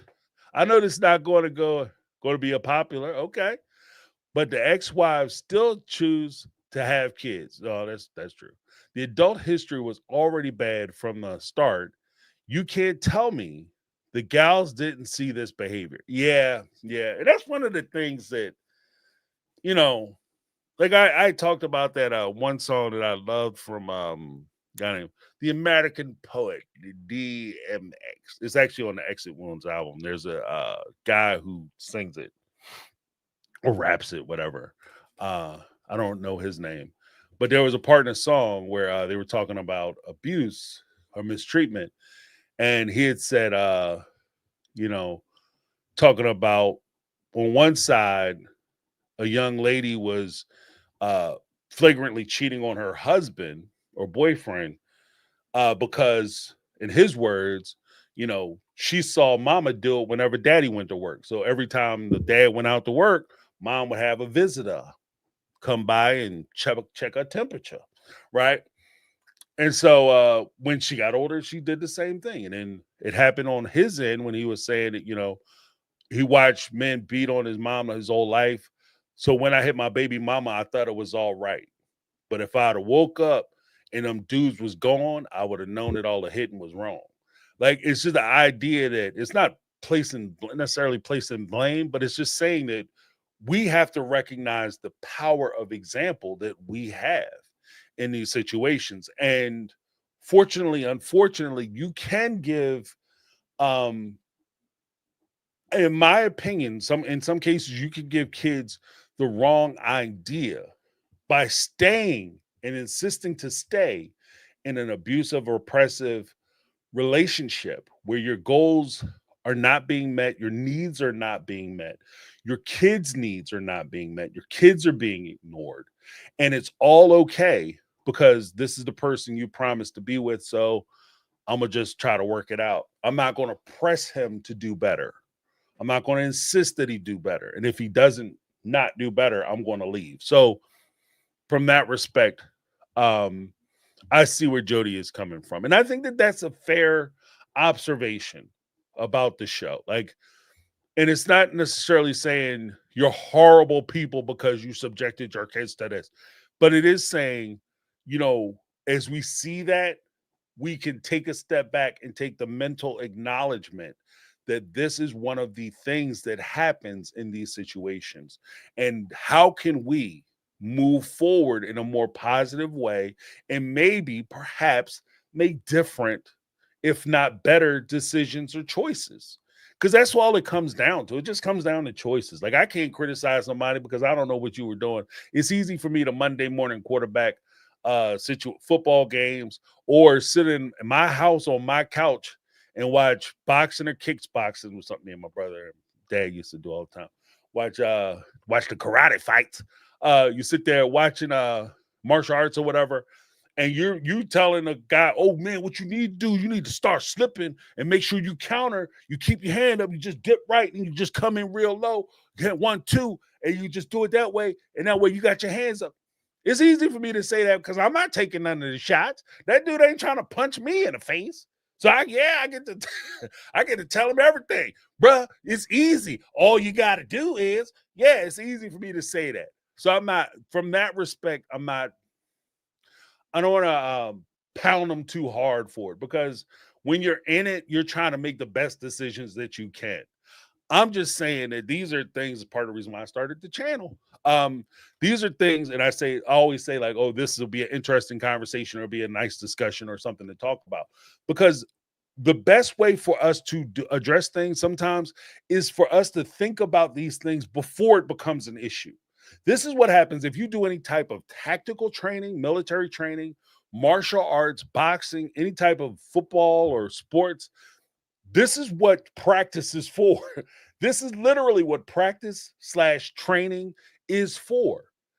They put you in a situation where, if you're doing firearms training, they put you in a high stress situation, and so that you can practice how to act or react under a certain set of circumstances, so that if you ever are confronted with that particular thing, you can reach back into your training, which is why they typically say, whether it's sports or like I said, martial, boxing, fighting, whatever the case may be, they always say firearms. They always say, fight like you train like you fight. Fight like, or play like you train like you play. Don't go out, if you're playing basketball, don't go out, dribble the ball, boop, boop, boop, boop, boop, boop, boop, and then do a lame ass layup. You want that intensity so that when you in the game, you moving and shooting and dribbling like you would in the game. So when you're in the game and you're under those circumstances, you can do the things that you've trained to do. It's not different for you. And that gives you the ability to see more of the field, see more what's going on. And what in self-defense, they call that situational awareness. It gives you more situational awareness. Part of the reason why I say, I don't criticize them, but I do think it's worthy of the discussion is because what we're trying to develop is situational awareness. If this were to happen to you, how would you react? And so if things happen this way, maybe not exactly this way, but close to it, you already have a groundwork or a framework of how you will address those issues. Hopefully, Janelle, Christine, and Mary never experience this again. Hopefully, their kids never experience this. Sometimes kids will go through things. For instance, when I was a very, very young kid, your kid's example. Sometimes you're the example of what to do, and sometimes you're the example of what not to do. I always talk about how great everything was. Everything wasn't great. Everything wasn't sunshiny. But when I was a child, my dad and my mom smoked. My dad quit early on, and then a few years later, my mom quit smoking. Right, but there was a time when they both smoked, and there was a time when my mom smoked, and I hated that smoke. I hated the smell of it. I hated the fact it was in my clothes. I hated the fact, we were, in a car and I want to roll the window down. She don't want me to roll the window down. So now the window's up and the whole car full of smoke. Couldn't stand it. So now as a result, I don't smoke. Never have. And that's a big reason as to why I don't. And I say that to say this. When these kids watch this type of relationship, part of my feeling is that when I hear them talk about how strong their romantic relationships are, I think part of the reason why their romantic relationships are as strong as they were, because they made the conscious decision that I don't want to be in the type of relationship my mom was in. I don't want to sit here and cry like my mom was crying. Maddie was one of the first ones who was very vocal early on about never doing polygamy because she saw how her mom was being treated. She, as a child, saw that, we can sit here and talk about Cody not doing shit all day, but she was sitting there saying that she was the one who was eating that moldy bread. And if she knew that her mom was out, and kids freaking know. She knew her mom, by my suspicion, was out there making a majority of the money. She's making more money than everybody in the house consistently. But I'm sitting here eating moldy bread. I'm sitting here hungry. I want to get new clothes, new outfits. I'm here cutting my own damn hair. You know what I mean? I'm walking around missing doctor's appointments. I ain't seen a doctor since I came out of her and they slapped my ass was the last time I saw a doctor. And you know what I mean? I don't want this for me and I don't want this for my kids. So when I get older and I look for a husband, this is maybe what Maddie was saying, I'm going to find somebody who's committed to me. And if I do suffer, if I don't have, and I am sitting there eating moldy bread, we eat moldy bread together. I'm not going to sit there and be eating moldy bread like my mom, me and my brothers. We sitting there eating moldy ass bread and Cody out driving back and forth 5 hours to go see his girlfriend. And they're going out to restaurants to eat. And I'm sitting here starving to death. No. So I think that there is a point too where there might have been a reversal. And again, this isn't a shot on Janelle. It's just kind of the way things kind of work sometimes. Good parents, bad parents, or whatever.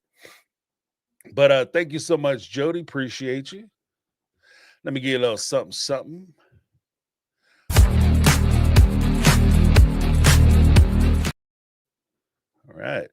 We had a unlimited lipstick Janet, 279 super chat. Eat a bag of riches into my vocab. Gotta keep it clean for YouTube.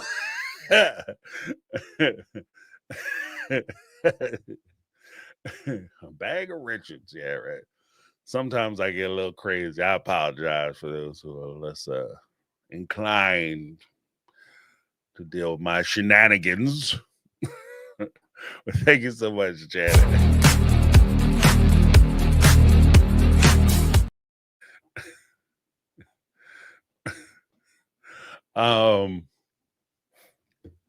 Lizzie B gifted one My Take on Reality membership. Thank you so much, Lizzie. Appreciate you. One of the Mega Mods, salute.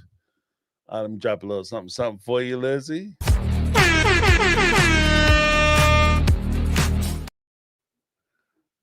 Marie Hickman gifted one My Take on Reality membership. Thank you so much, Marie. Appreciate you. Let me give you a little something.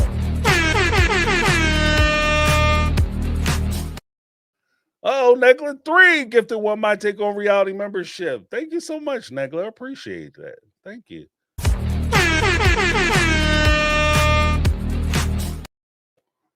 All right, and then we have Becky S gifted one My Take on Reality membership. Okay, we got to run on memberships. Got 4 new members. Thank you guys so much. Appreciate you. That's all.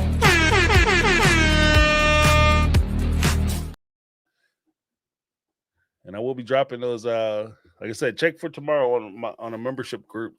We'll be dropping the reaction videos on that 90-day. Maybe I'll go back and watch some of the Vanderpump stuff. Maybe see how bad it is. If anybody's familiar with Vanderpump, let me know. Like, is it bad? Is it good stuff? Or am I gonna be like, this is crazy? Or am I gonna be like, oh, this is crazy. This is juicy. This is why? Where was I at? I'm curious now. But yeah, if you guys have any, like I said, if you see anything on TikTok, YouTube, whatever, Facebook, just share the thing with me at My Take on Reality, My Take on Reality questions at gmail.com, and I will possibly do a reaction to it. Thank you so much. That's awesome. All right, but let's get back to some of these phone calls. Oh, we got Ready to Retire. She dropped one in. Hey, James, this is Ready to Retire. Love the show. I'm wondering if Robin would even have been in the picture during the eating moldy bread days when they were all in the same house. She never would have married Cody if it weren't for the show. If there was no show, the OG3 would still be married to that man. And that's my take on reality. Keep up the great work. Love the show.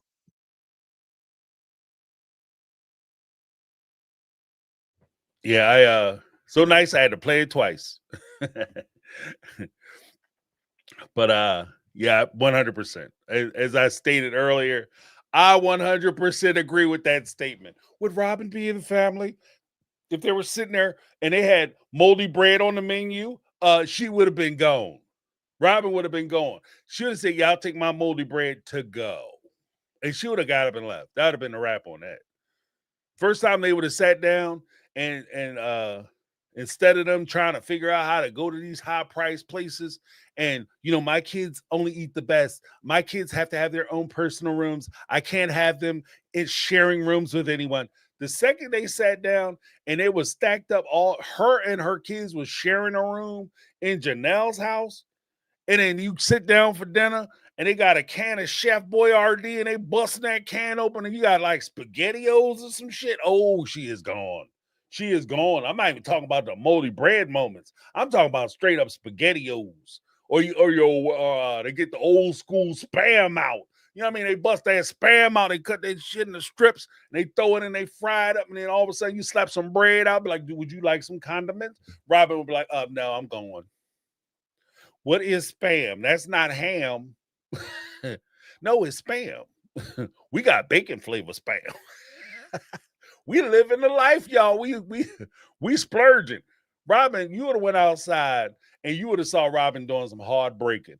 That shit where you jump in your car and you race off and then you get to the stop sign and be like,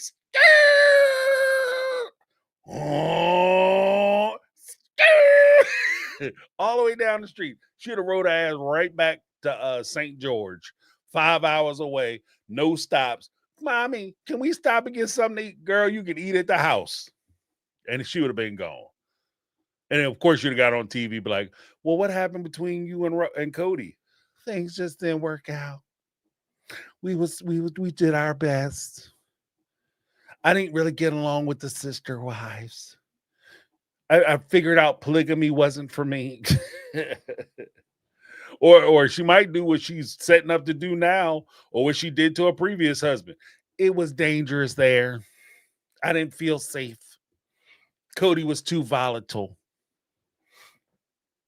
And that was back in Cody's Peter Pan days, so that would have been interesting. But next up, we got Janet. Okay, Janet. Hey James, it's Janet. I just wanted to leave a little message talking about this little video I saw on YouTube from Amanda Ray. And she's just talking about Mary supposedly saying something about like just reminiscing on talking about art. And I know a lot of people have talked about Robin and Cody's very expensive art collection. Anyway, I guess like she said something along the lines of, "Oh, I mentioned to Cody I really like this artist," and it was while they were still married, obviously, and and he said, "Oh, you can come. I bought a painting from that artist for Robin. You can come to her house to look at it if you like." Just wonder what you think of that. Yeah, you know what? I had heard that before. Thank you so much. I also got your second message about the same issue, but it didn't transfer over. But yeah, that was actually something that Mary, because Mary, as much as this is one of the things that kind of gets me with her during the tell-all, when Janelle and Christine were talking about the luggage rack, Mary made it sound like, oh, why can't these girls just get over it? I mean, they're always talking about Cody in a negative way. They need to get past it. Don't sit there and talk negative about Cody. But she does the same shit. And what makes it worse is that not only does she talk negative about Cody and come out with like these horrible stories, like what the shit? Like the stories do make Cody look bad, but at the same time, and this is the jacked up part about it, it kind of makes Mary suspect too. Because while he was doing this stuff to you, you were still begging to get back into the family. Like you're telling the story about how when, like she told the story about how, well, Christine told the story about how when Robin, he first met Robin, he melted down her wedding band because he met Robin and Robin was the one he wanted to be with. He melted down Mary's wedding band. What the hell are you still doing there? Yeah, if that ain't a clue, I don't know what is. Oh, he never came out and told me he don't want me. He was gaslighting me. Lady, he melted the wedding band down.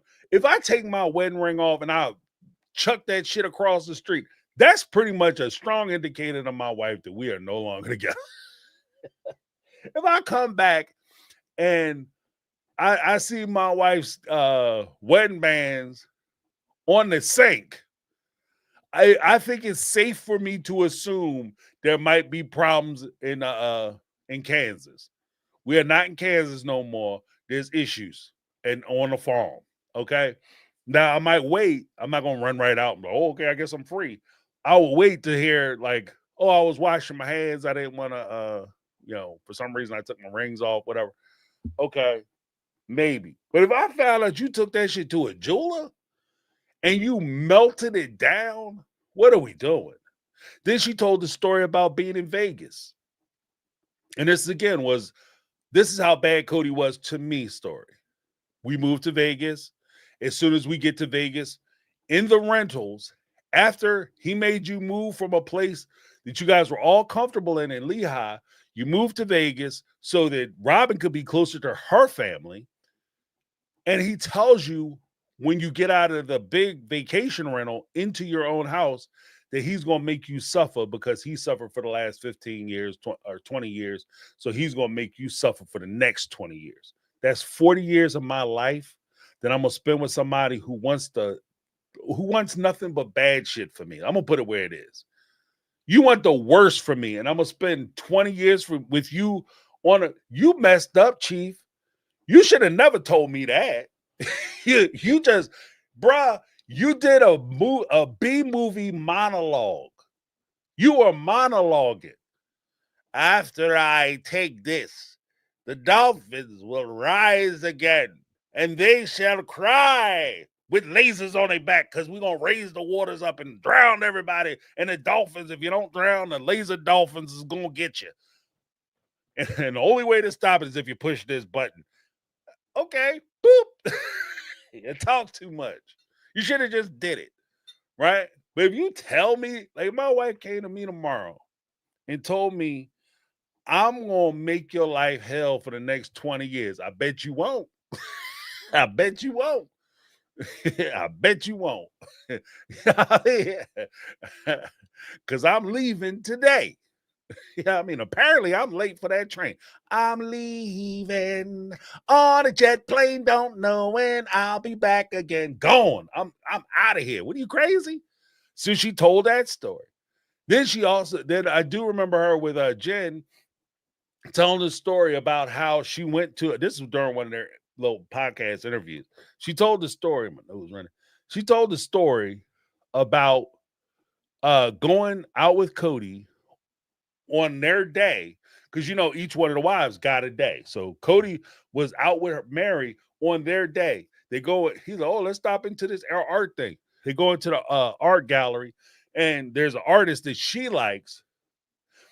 Then Cody, and I got something to say about this.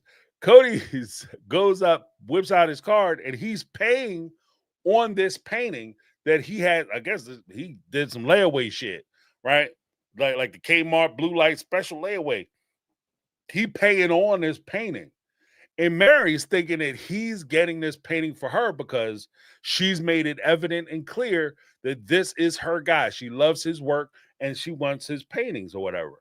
So he goes out and buys that painting for Robin. And he tells her, yeah, if you, I love this painting. Yeah, well, I'm getting this for Robin. And if you like it, you can come visit it at her house. Unnecessarily cold. That's what makes that bullshit. That's unnecessarily cold-blooded.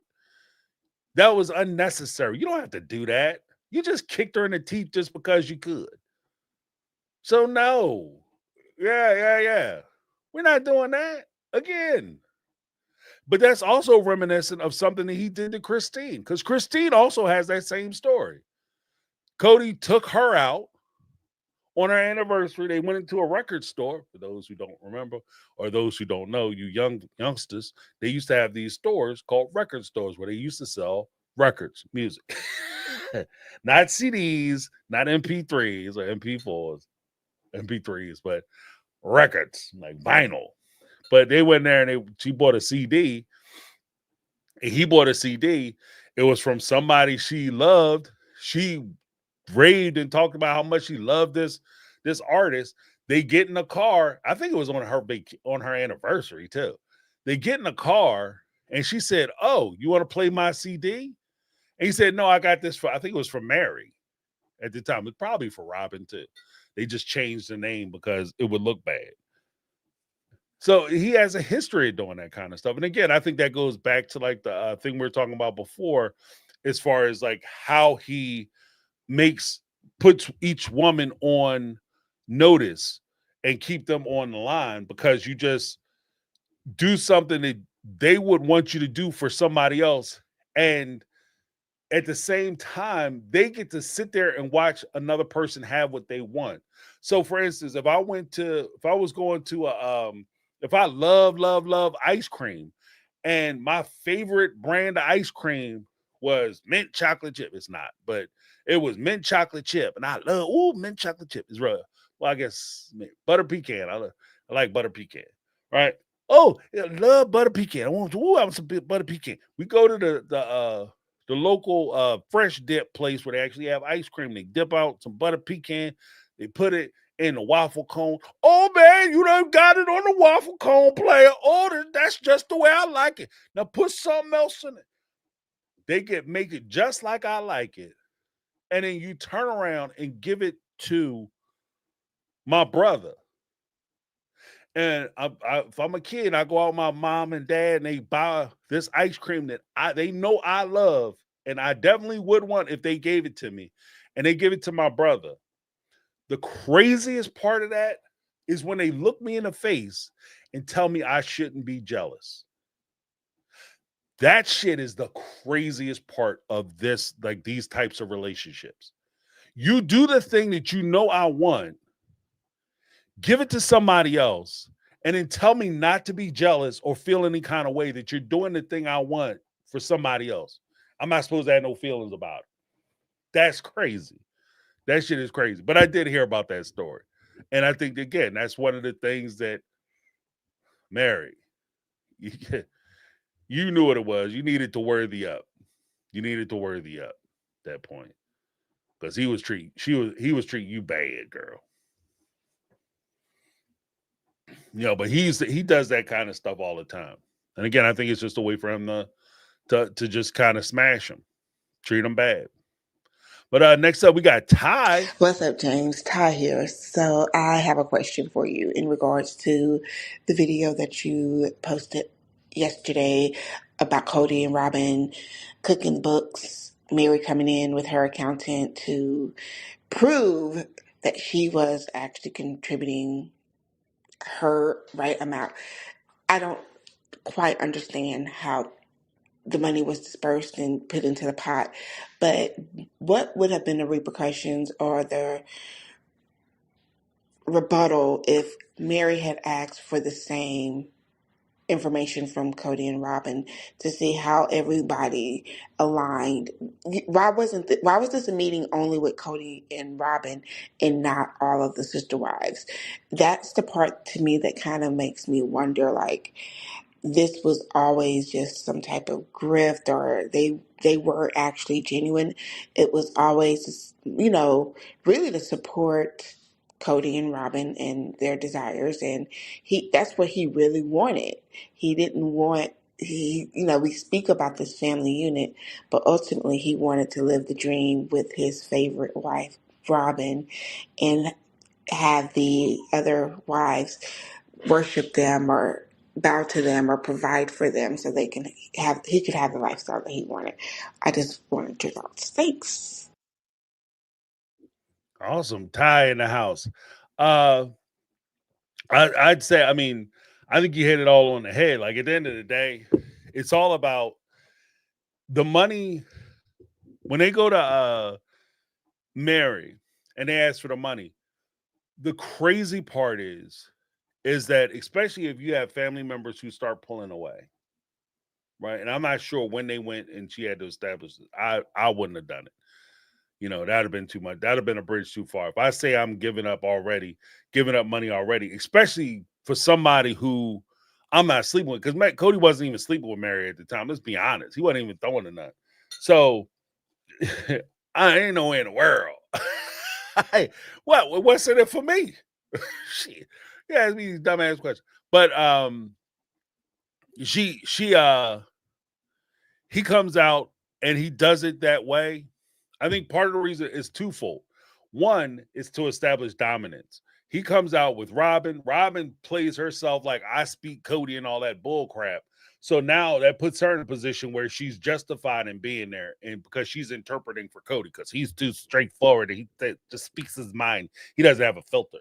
Well, he can come in non-filtered. I can go non-filtered. We just be two non-filtered motherfuckers. You know what I mean? We're just gonna be non-filtering each other. We're gonna be friendly non-filters. Okay. But if he comes out and he does it that way, one, as soon as she starts pushing back, because too many of them, if it was a group thing, then they would have the power of one another. The wives could have bound together and say, okay, well, fine. If we're going to start showing our books, we need to have all 5 books present. Each one of the adults, Cody, Mary, Robin, Christine, Janelle, all those books present, right? 5 books, plus the family fun book. So we need all 6 record books present, so we can figure out what we're getting paid individually, what we're contributing, what the family fund reflects, and where that money is going. This is a conversation they don't want to have. So they absolutely, why is that? Oh my goodness. Oh no. So they, oh shit. So they absolutely would disagree with, sorry guys, having a little technical difficulty. They absolutely would disagree with all the wives being present for that meeting because they don't want to have them get the power, use the power of being able to rely on each other and back each other up. In this case, they're using a 2-to-1 method where Robin and Cody get to bully Mary and force her to do the thing that they want to do. The other part of it is they want to ask questions, and even in Cody's methodology, right? Modus operandi, the way he goes about things that we've seen on the show is consistent with the idea that you don't want Peter to know what Paul is doing. You don't want your left hand to know what your right hand is doing. You don't want one sister wife knowing what you're doing with the other sister wives. And you don't want anybody to have a full, complete picture of what's actually going on. And if you have that meeting with too many folks, then people will be able to start to piece together how much they've contributed, how much should be there, how much is actually there, and where the difference is going. That's a conversation they absolutely do not want to have. That's a conversation they absolutely don't want to have. So of course they're going to tell Mary, you don't need nobody here. We just going to come over together and talk about it. And then it makes no sense that right on the heels of Mary saying that that's what they did, she turns right around and says, yeah, but Janelle was controlling the money.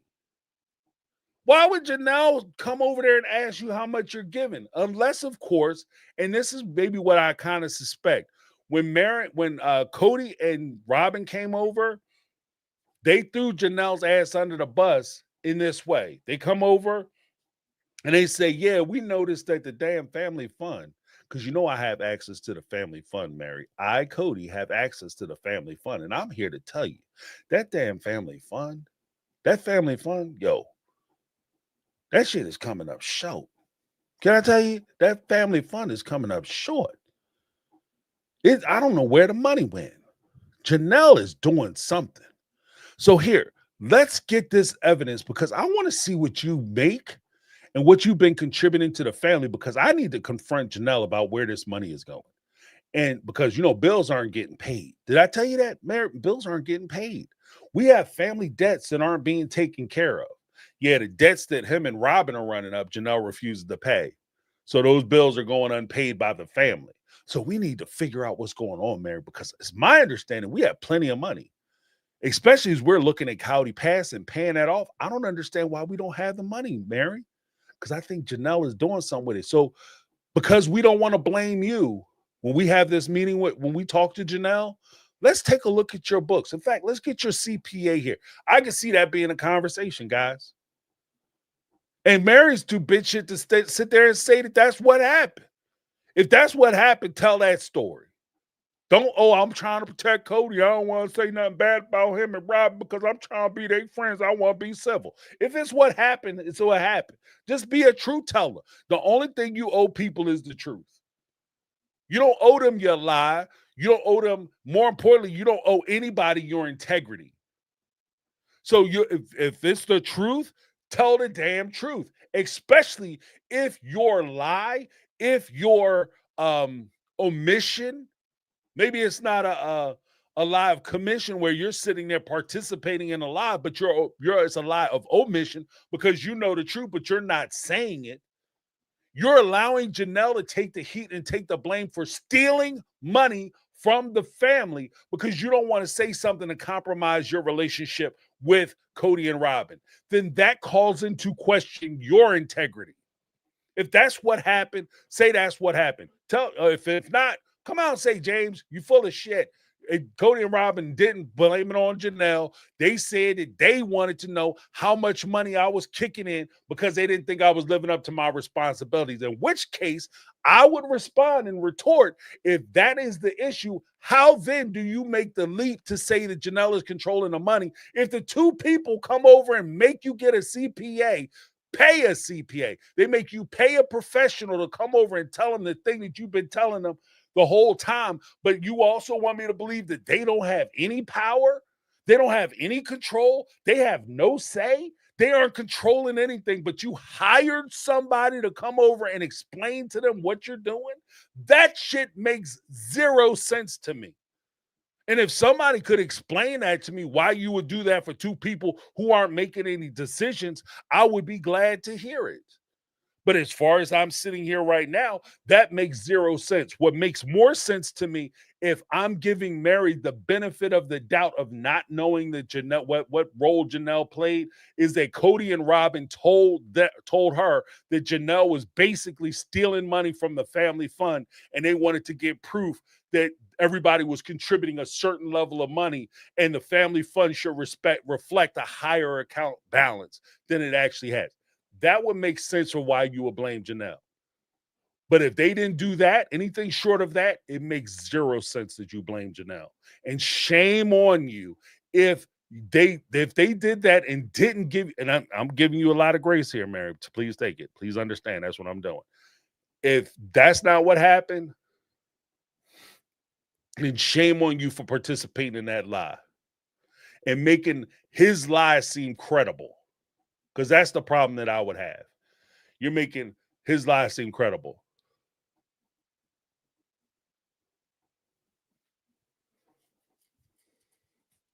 Oh, Cindy from Oz has something. She said, hold on one second. Just looked up and saw it. Like manna from heaven. Uh Maybe Mary is afraid if she opens up about Cooney and Robin, they will talk about the abuse of the other's children. Yeah, because there is an abuse allegation that Mary was in there Floyd Mayweather and them children. She was a little handsy. Well, if that's the case, shame on you. Still be honest, but be willing to take responsibility for whatever it is you did, whatever they say. You know, but I will say this: fighting somebody else's uh, accusations doesn't help if you compromise your integrity. Because, like them, if I feel like they're being dishonest, everything they say gets a grain of salt at that point. Everything is being taken with a grain of salt. If you're honest and you take responsibility for the things you do wrong, then when you say you did something, you didn't do something, I give you the benefit of the doubt. But if the things you say don't make sense in this place, when the things come out about mistreatment, abuse, or whatever the case may be, and you deny it, then I'm going to think back to when you were saying shit that didn't make no sense. When you were saying things I thought weren't being honest or truthful. And so if you would lie about this to hurt somebody else that you don't get any benefit by, she doesn't benefit at all by throwing Janelle under the bus. But she certainly would benefit by denying any allegations that came out about her. Now you have a vested interest. Now it makes sense for you to lie. So you would lie. You want me to believe that you would lie about something that doesn't have anything to do with you, but something that could literally destroy your worthy up business that you starting yourself, could kill that bad boy in its infancy, kill your baby off the rip, right? You want me to believe that you would never lie about that. That's where she would get herself in trouble. Again, honesty is always the best policy. But yeah, I mean that would be a reason, Cindy. Blackmail and extortion is definitely a reason. That would fit the category.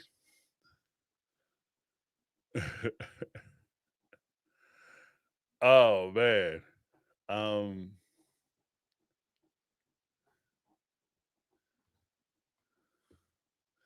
Yeah, next up we got but thank you so much, Ty.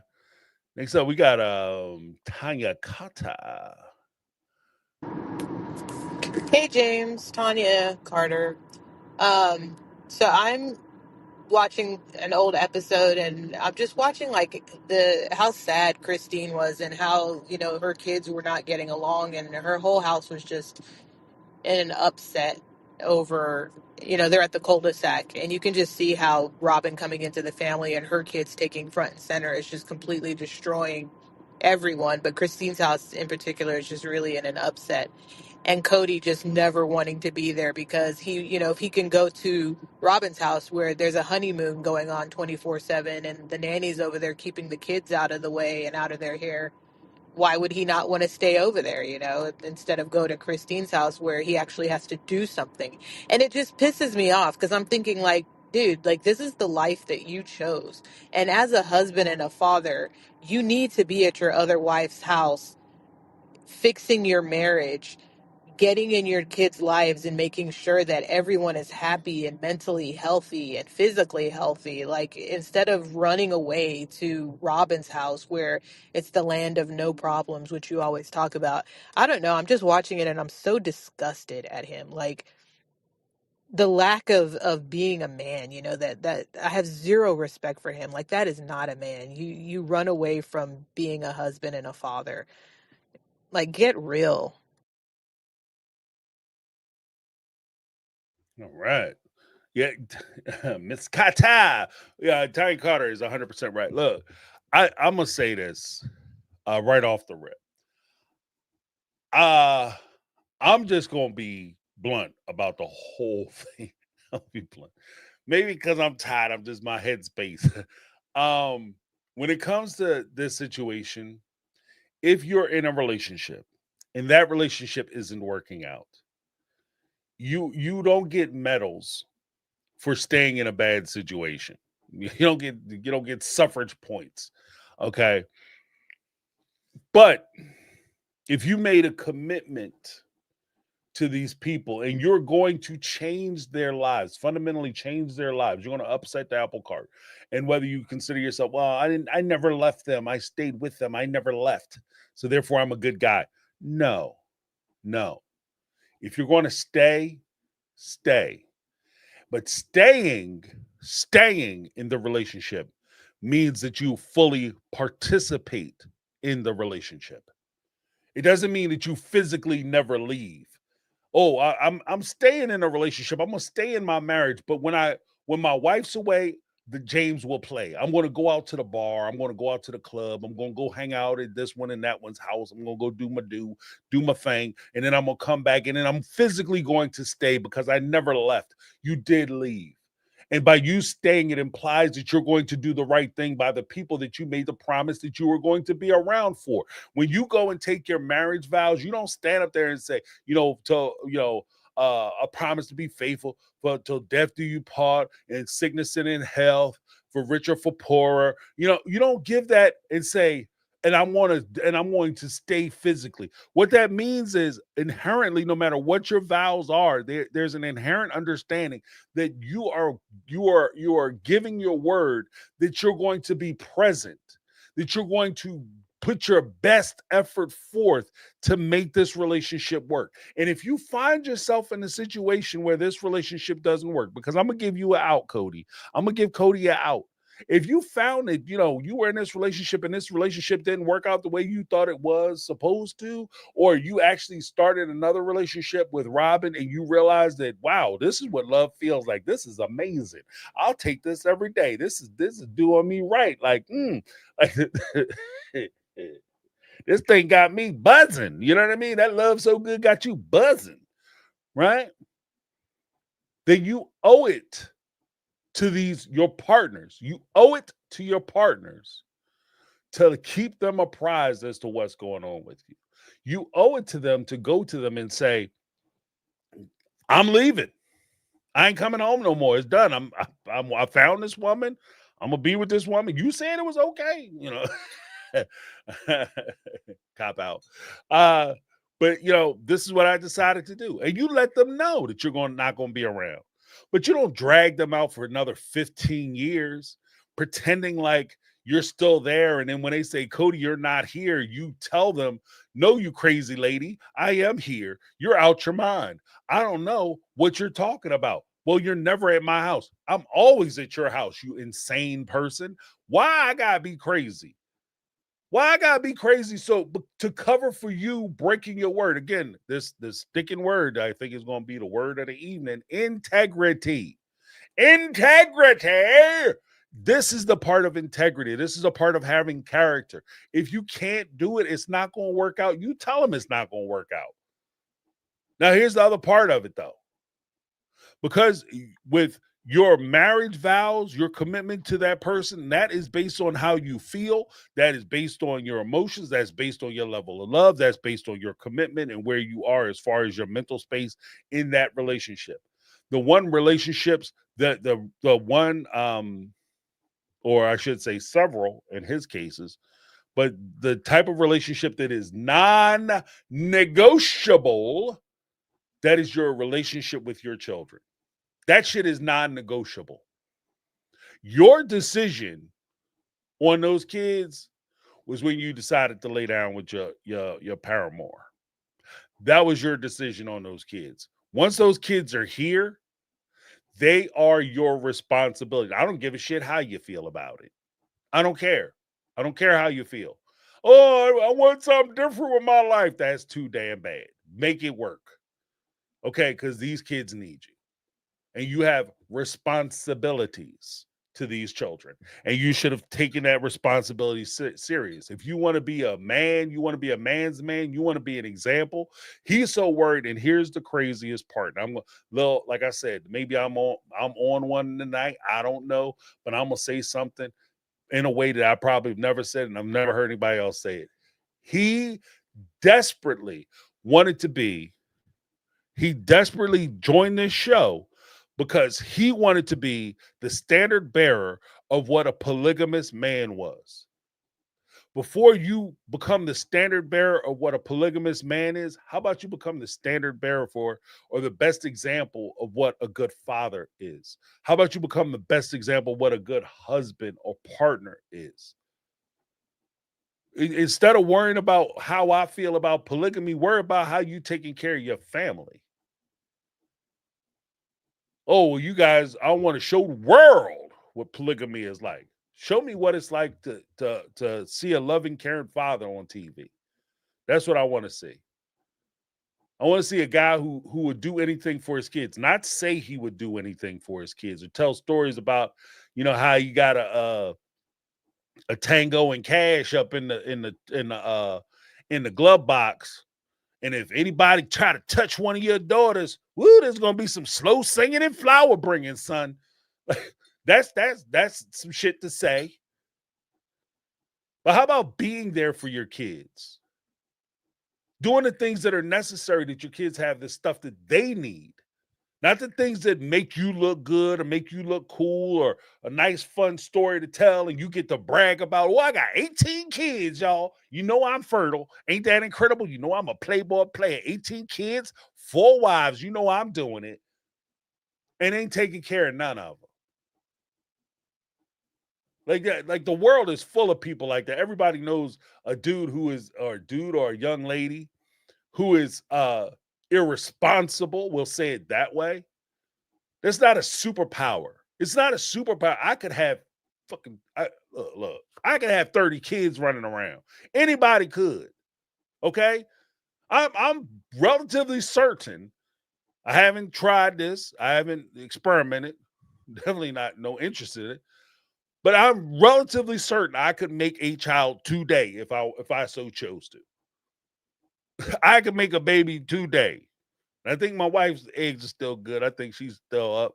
So I think we could make a baby today if we wanted to, if we chose to do it.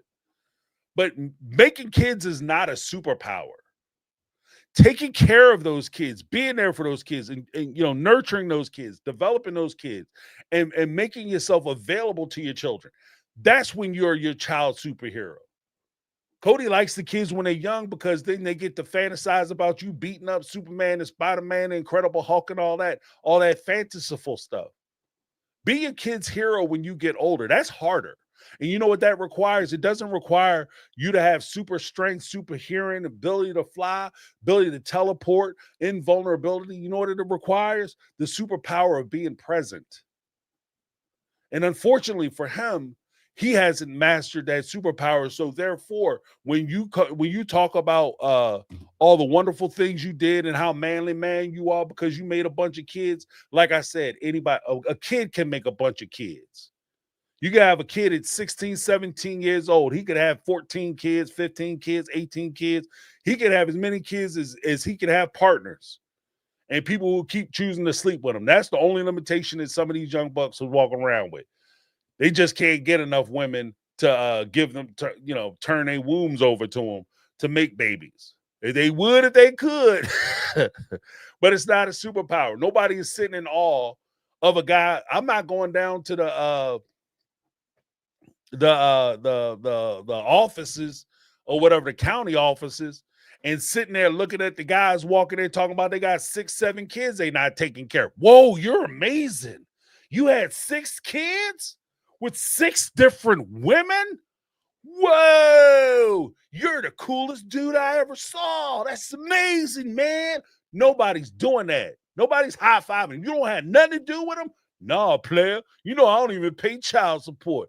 I don't pay child support.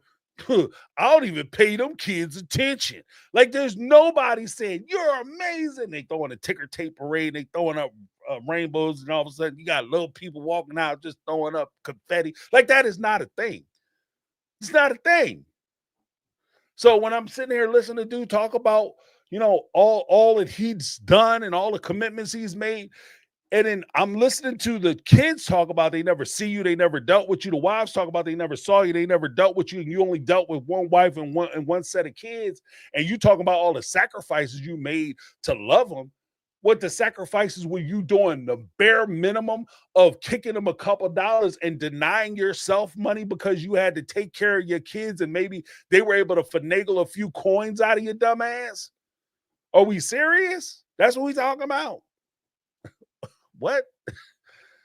I'm just saying. If you're going to be that guy, be that guy. Being a dad, being a husband, being a father, being a man, whatever, being an adult. It's crazy. Like, talk to your kids, and you tell your kids as they start to get older, especially they hit their teen years. When you're a teenager, you think you know every damn thing, right? I used to say all the time, I wish I actually knew half the shit I thought I knew and the things I was certain of at 15, 16, 17 years old. I wish I actually knew half of that. I would be the smartest person in the world. I would be the smartest person in the world because I was so sure of the way life worked at 15, 16 years old. Right. And as they start getting up in age, there's this illusion that you are an adult because you age into an adult. The reality of it is that you don't age into being an adult. You mature into adulthood. You develop into an adult. You don't just because you've been on this planet for 20, 30, 40, 50 years doesn't necessarily make you an adult. It makes you old, but it doesn't make you mature because you're not taking the one part of being an adult into account, which is responsibility. That's what being an adult is. Being an adult in its true form is not the ability to go to the club, to the bar, to drink, and do whatever you want to do. That's not being an adult. Okay. It's one of the perks of being older and an adult. But part of the reason why you get those perks is because you have to deal with real life situations like bills, responsibilities, and this, that, and that. You got to get up and go to work when you don't feel like going to work. You got to go deal with people you don't feel like dealing with, talking to people you don't feel like talking to. tolerating treatment that under no circumstance would you ever tolerate willingly, but you do so because this is the place that you go to pay your bills, to be able to take care of your family or take care of yourself so that you have a roof over your head, a bed under your butt, and food in your belly.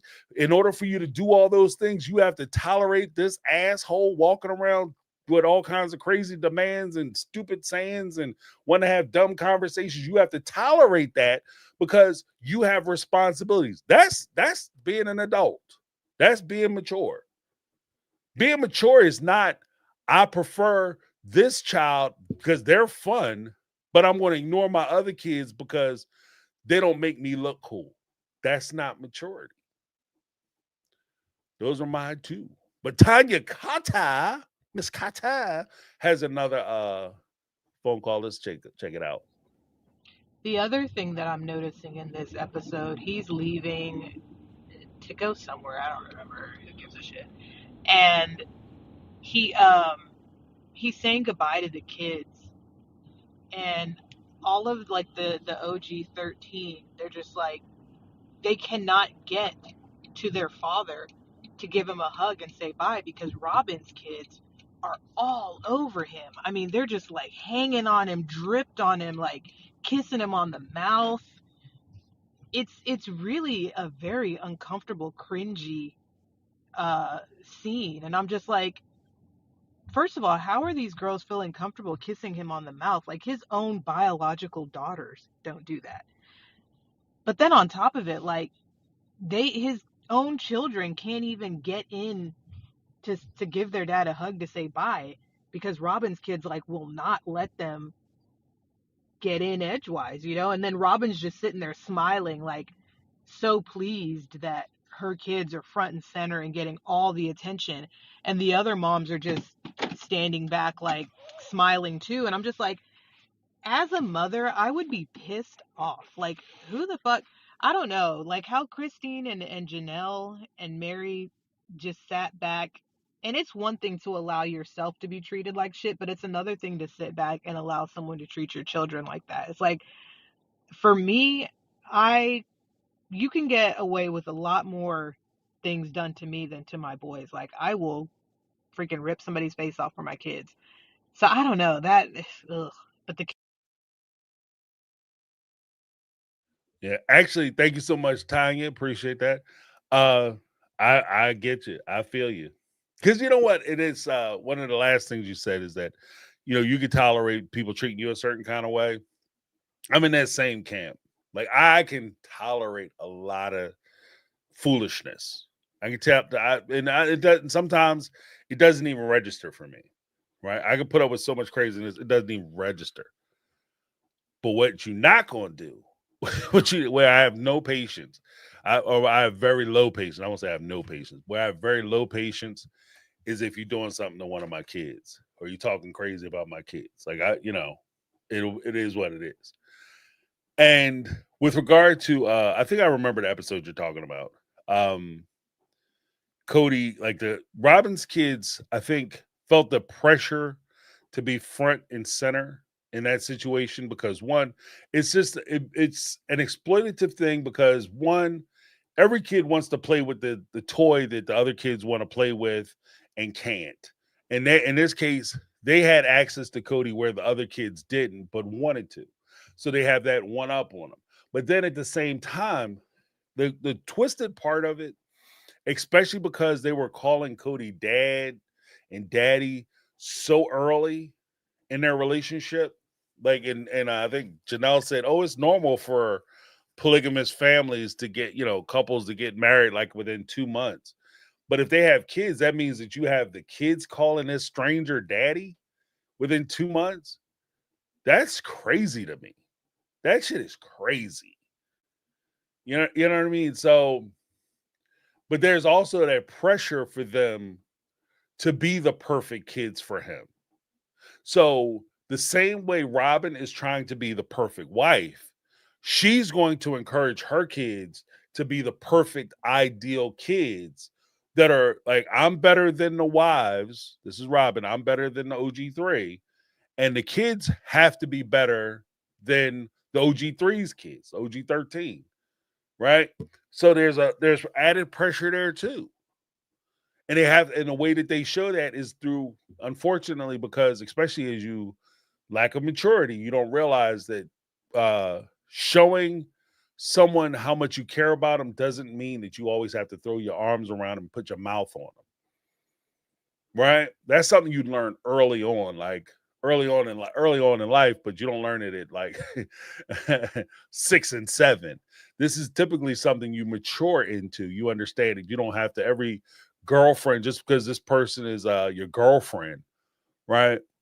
In high school, you don't have to paw them every chance. They walk by, you gotta always have your hands on them and gripping them up and grabbing them and pulling them and jerking them, because you got to let everybody know that this is your girl, and you got to always have your arm around her when you guys are walking down the street, because everybody has to know you guys are together, and you always got to show that type of physical affection. Because the truth of the matter is that doesn't keep your significant other no more than a wedding band would. I could take my wedding band, because my commitment to my relationship is not in my wedding band. That if I take my wedding band off, it doesn't mean that I'm not still in a marriage. I'm sure there's some people think it does. I'm not married no more. Bing. But it doesn't mean that you're not in that relationship anymore. And you don't, and as you develop and you grow in that, you realize that you could walk into a room, you could be on one side of the room, your girlfriend, wife, husband, boyfriend, whatever, could be on the other side of the room. And you could spend the evening talking to the people that you want to talk to, and then just come together at the end of the night and go home. It's not a thing where we have to be together and have to be right side by side, arm in arm, elbow to elbow, hip to hip all evening to prove it. But when you are young, and especially in these types of relationships where you might not have a whole lot of experience, then yeah, she's going to push her kids to go over there and hug up on Cody and lay up on Cody and put your arms around Cody and kiss and do things with Cody. And again, I'm with you. I get it. And it just maybe because they're strangers to me, it would sound weird that if you've only known this guy for like 2-3 months and you mouth kissing them, I would be concerned about that, especially, as the little girls are getting older. And just real talk, there are situations where people will get into relationships with people who have children, so that they can take advantage of those children, because they want to be in that position of relative authority, because they're with the mom who is the ultimate authority, or they're with the dad who is the ultimate authority, and that gives them access to their next set of victims. So that would be something that's in my mind too. Like, if you are too quick to want to run over and just start mouth kissing my kids, what the shit? Like, come on now. Take it easy. You know what I mean? Take it easy. What the hell? Like, you're not there for them. You here for me. Oh, you just acting jealous. So you let the devil is killing all your happiness, killing your joy, because you jealous. No, I'm protective, because they're my responsibility. See how words like responsibility and integrity keep popping up in these conversations as we talk about parenthood. Ain't that funny? But yeah, but I do remember that. And then watching the OG3, crazy part, outside main world perspective, these ladies was way too patient. They should have said something. Back your asses up. My kids getting there and say bye to your father. Okay, y'all said enough. Y'all, he knows he's leaving. Y'all, he know y'all care about him. Back your asses up. Everybody else get a turn. Right.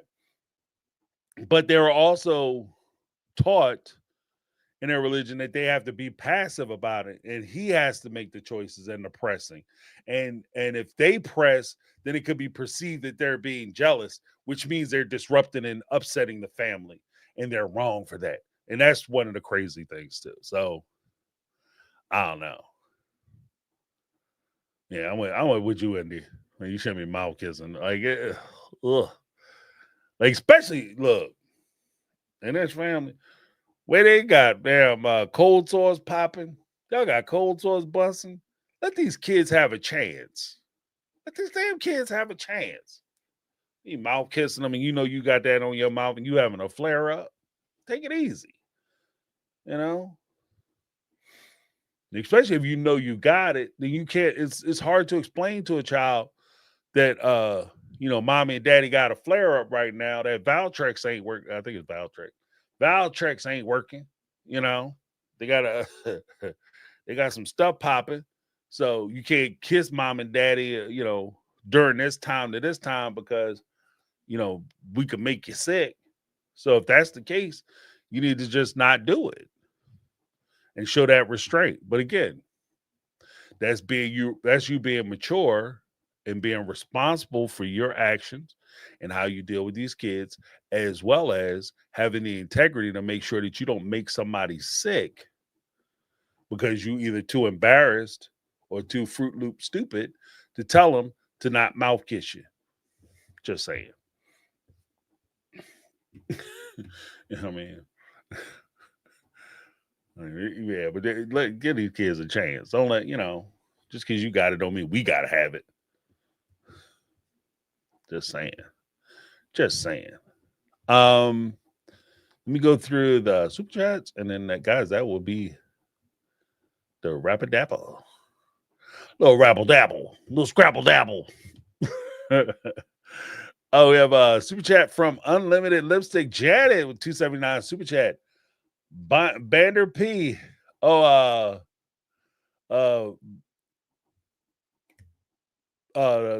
pump, Vanderpump Rules is trashy. It's hilarious in a hilarious way. Please react. Yeah, I'll definitely check it out. Who knows? That might be my new show. Vanderpump Rules. It seems like I'll be catching these shows on like the dying star part. I want to try to catch one on the way up instead of catching them when they like singing a swan songs. But thank you so much, Janet. Then we have Raspberry, $10 super chat. Just the love. Thank you, James. Mary believed in polygamy, not judging that. But fast forward to separating from Cody. You do not owe these effing clowns anything, girl. You already had them. Yeah. And that's the one thing that I will be screaming from the rooftops. Like, I 100% agree with that. You don't owe them. Look, if I make a commitment to you, I commit to you that I will do my best. And I don't think there's any shame in that. But at the same time, there's no shame in you recognizing that this is not working. That's what I was saying about Cody. If you recognize that this relationship isn't working, it's toxic, you're bad for each other, it's just not healthy for you guys to deal with one another, there's nothing wrong with you recognizing that. And then making choices and decisions that, you know what? I'm going to go ahead and I'm going to bow out. There's no shame in you realizing that something isn't working. The only shame is when you realize it's not working, you insist on pretending that it is, that you're contributing, that you're participating, that you're present, knowing full well that you have no intention to do any of those things. And you damn sure don't owe them. Like if they're, I don't know, maybe that's because the one thing that you can accuse me of a lot of stuff, but you like one of the things, there's several things that I will not tolerate false accusations on. You will not accuse me, and one of those is stealing. You will not accuse me of stealing, especially when I didn't take a damn thing. And if I have to go get, and I know, oh, James, that word is so harsh. That's not what they said. They never used the word steal. They don't have to say the word. They don't have to. If you describe a thing as a thing and it walk like a duck, it talk like a duck, it look like a duck, and it sound like a duck, it's a damn duck. Whether I say it's a duck or not, arose by any other form, or any one of the other like quaint sayings that you could come up with, it is what the hell it is. If you ask me, or better yet, I tell you that I'm giving X amount of dollars to the family. This is my contribution. I make X amount of dollars. I'm giving 20% of that. and you say, "Damn, bump that, James. I need to see a receipt." Then what you're accusing me of is stealing.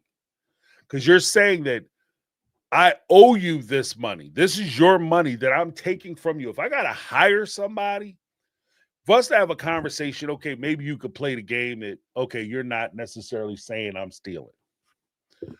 But if I have to hire a professional to establish that, then that's exactly what the hell you're saying. You're saying I'm stealing. In which case, kiss my entire ass. I'm done. Especially if I go in there, I hire somebody. You want me to hire this person? Yeah, I want you to hire. You need me to hire this person. Yeah, I need you to hire him so I can believe you, then we can keep moving. Okay, fine. Okay, cool. Okay. I'll hire them. And if you make me hire them, then that's it. When they get finished, as soon as they're done their audit or whatever it is they do, this relationship is done too. That's it. I've proven to you that I haven't lied. But you've already questioned my integrity, which tells me that you don't trust me. And there's no relationship that I know of that can function properly if we don't trust each other. And you've already demonstrated that you don't trust me. Not only do you not trust me, but you need the word of a stranger to come on in here because that you value that word more than you value me. And on that note, I'm out. I'm done data. So, yeah.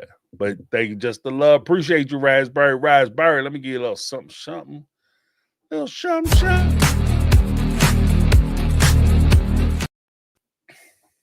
Then we have a Caramel Cuties salute. What's going on, Caramel Cuties? $5 super chat. One of the mega mods in the house. Cody is a humble horror. Humble. Psych. Cody is a horrible sperm donor. He has to live with his karma he's created for not being there for all of his bio kids. Yeah, he should be there for all of them.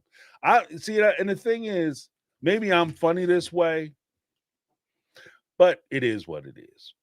I don't think that there's really a distinguishing factor. If you choose to be with a woman who has children, right?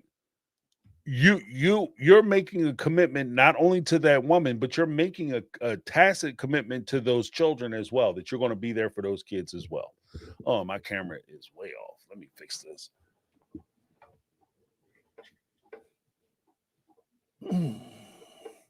Now I'm on the wrong side of the screen. Goodness gracious. Okay, there we go. All right. But you're making a commitment to those kids.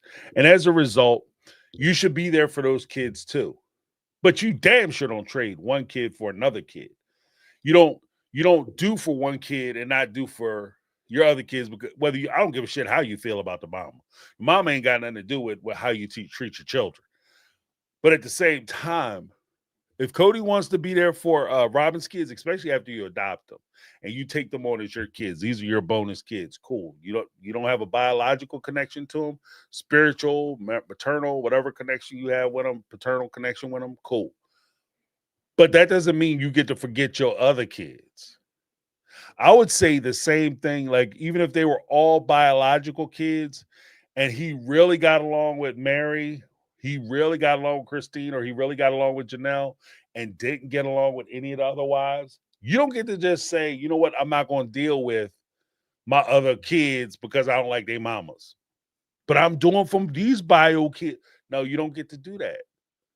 If you want to take on, this is again another one of those words, responsibility.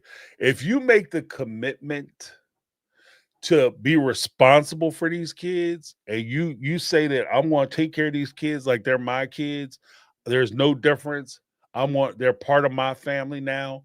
I'm 100% riding with them. Cool. That's very cool of you. But you don't get to back out of any of your other commitments. And if you make that commitment and you really didn't mean it, then you're an asshole, because you don't do that to kids either. You shouldn't do that to your kids, and you shouldn't do that to your step kids or bonus children. You shouldn't do that to them either, because they're the innocent victims in this situation. They have no control over whether you get along with their mama or not, or you get along with their daddy or not. They're the innocent victims, and I don't think they should be victimized further. So, I don't think that it's a either or. Again, I know this isn't what you're saying, Carmel Cutie, but just to be more specific, I don't think that it's an either or situation. I don't think that you have to choose between Robin's kids and the OG 13. It's you have to now do for all 18 of these kids. Full stop. Like that's what it is. You sign up for it. You knew what it was when you kept putting it, and you pushing them kids up in these women. You knew what the hell it was. You knew you was responsible. That's it. Sorry. You know what I mean? I think I made a mistake. Sometimes, some way, somehow. This is the other part of adulthood and maturity. Dealing with consequences. Consequences does not mean most favorable outcome. I only deal with consequences when I like the results. Nope, that's not consequences. In fact, the time that you test your maturity and your adulthood and your integrity is when you deal with consequences that you don't like. You don't get along. You start this family. Oh, it's so beautiful. I love him so much. Oh, I'm gonna be the best dad ever. Things don't work out with your wife. The real consequence of you engaging in those relationships is that you have children now.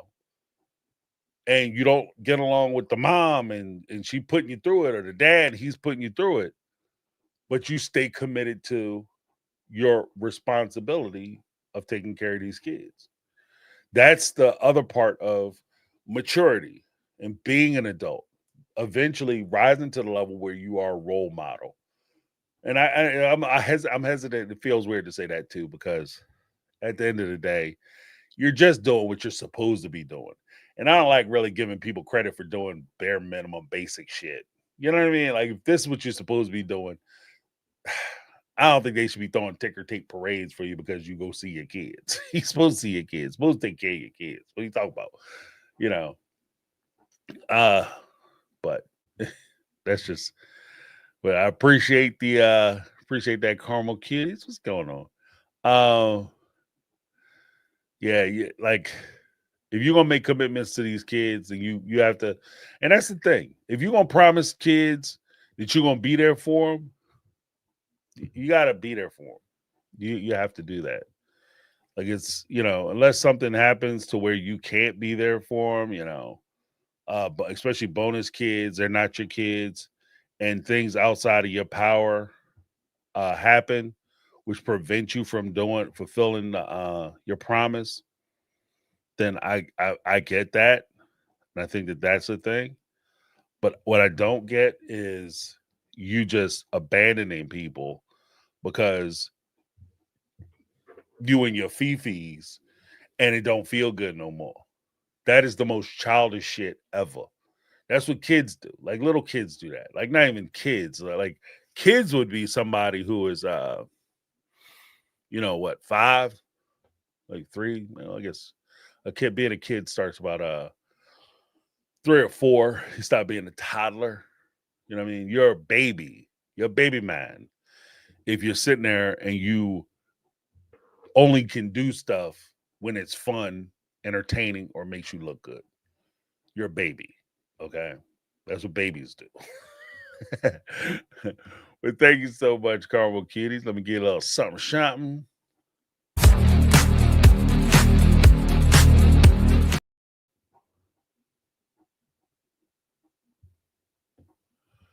Oh, I missed somebody's super chat. Let me see.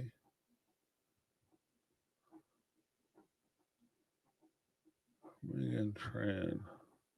Oh, did I? Oh, okay. I did. Megatron. Thank you. Megatron 719. $10 super chat. Do we think Cody and Robin have a legit marriage with the church? Wouldn't she be excommunicated for premarital sex for her first marriage? And do the men have to take lessons like the women? No, I don't think she was sealed. I don't think that first marriage she was sealed, because she actually had, because she had that. I think part of the reason why she wasn't sealed in that first marriage was actually because she had that baby out of wedlock. Remember she gave her purity. I gave her purity to him, and he threw it on the ground and stepped on it and crushed it with his feet. Yeah. But let me just make sure. Yeah, that's embarrassing. I'm sorry I missed your super chat, Megatron. Apologies.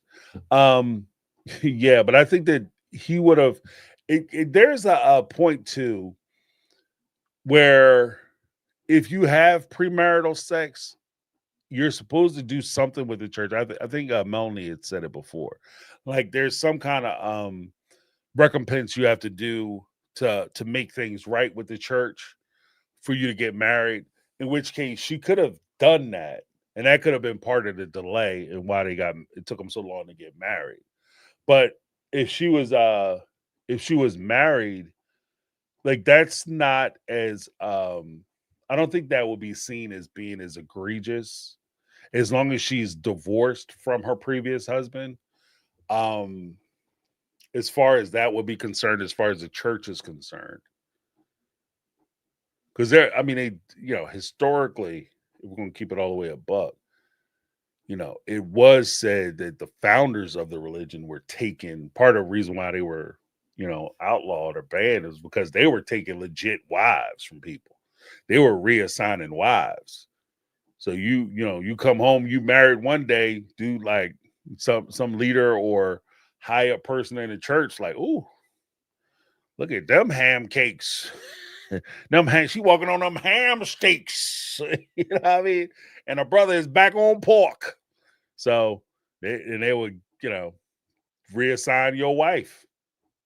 And so people were legitimately married, losing their wives to these other guys, these other priesthood holders in the church. So I'm sure if they're so inclined, I'm sure they'll work a way around it. As with one of the funny things about some of these different alternative lifestyles or whatever you want to call it, one of the things I always found funny is that there always seems to be like this code of conduct, these rules that they use to sell whatever it is, swing and open marriages, plural marriages, polygamy, polygyny, polygyny, whatever. They'll use those rules as kind of like the taste or the teaser. Like, this is so awesome. If you follow these rules, it's incredible. But they don't necessarily do it themselves. Like, the rules are way more flexible and are more contingent on like circumstances, situations, and who's involved. Like, so if Robin comes in and she banging out the whole church, or she used to, screw the softball team down by the abandoned hospital, right? And she come back, and it's not necessarily Robin, but you have a young lady come back and she is smoking. Like she come back and she a 9-10 alarm fire up in that joint. She a smoker. Then I'm sure the guys will figure a way to be like, you know what? We need to forgive her past transgressions. If you're in a Baptist church, some of these super churches, I'm going to take Miss Jenkins in the back and I'm going to pray over her. We're going to pray together. We're going to get down on our knees and pray for forgiveness. Leave me in there for about 45 minutes. Thank you very much.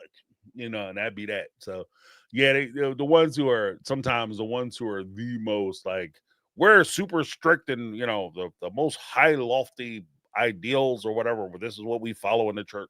And you find out these are the biggest freaks ever. Like, so I don't know. Like, I think that you're making a good point. I mean, legitly, I think that an argument could be made for everything you're saying. The problem is that I don't know how it would work in practice, which is where it gets kind of way sticky. That's where it gets super sticky. Because like I said, if you good looking enough, especially if you from the outside, Then we're gonna convert her, and all her past transgressions shall be washed away because she's hot. That's why, and you want her. That's why you want to overlook all the stuff that she was doing. She was down there buck wild. She was doing everything. Okay, she was doing everything. Like we're gonna set a new light for the church. People think that we are too closed. So we're going to open our doors, our arms, and our clothes to this young lady and bring her in. Because that's what it just, I don't know, it just seems kind of skeevy to me. Like the whole thing always seems kind of skeevy. Well, old dudes like Cody in there. Technically, Cody was an older guy who was scoping out a younger parishioner. Or I don't know what they call them parishes, but churchgoer. So he's in there supposedly eyeballing a woman who potentially could be married. This is according to him. And he made it sound like a hero story. How creepy is that? I mean? It works because we know that Cody started dating her. It's like, for a little bit, well, most recently, me and my daughter, my wife, we were watching a show called The Rookie. And it's about a guy who's like older. He becomes a police officer. And like most shows, even especially any show from Shonda Rhimes, it's just full of like HR problems. Like they have a guy was a young lady's supervisor, like it's a cop show. So a guy named Bradford was this young lady named Chen. He was her field training officer, the person who was responsible for it. He had basically the life and death of her professional career in his hand. He could violate her blue give her I think it was Blue Book or something like that. He could give her a page and get her fired immediately, and her whole career at the LAPD would be over. And they started a relationship. Right on the show, it's cute because he's young, good looking, she's young, good looking. They look good together. But in real life, this shit is an HR nightmare. You understand what I mean? On this show, Cody's, an older guy, 3 wives, 12 kids, one on the way. And then he meets a young lady who is a new divorcee coming into the church, and he's eye banging her the whole time in church. Completely inappropriate. Oh, this might be inappropriate. She could be married. Dude, you married.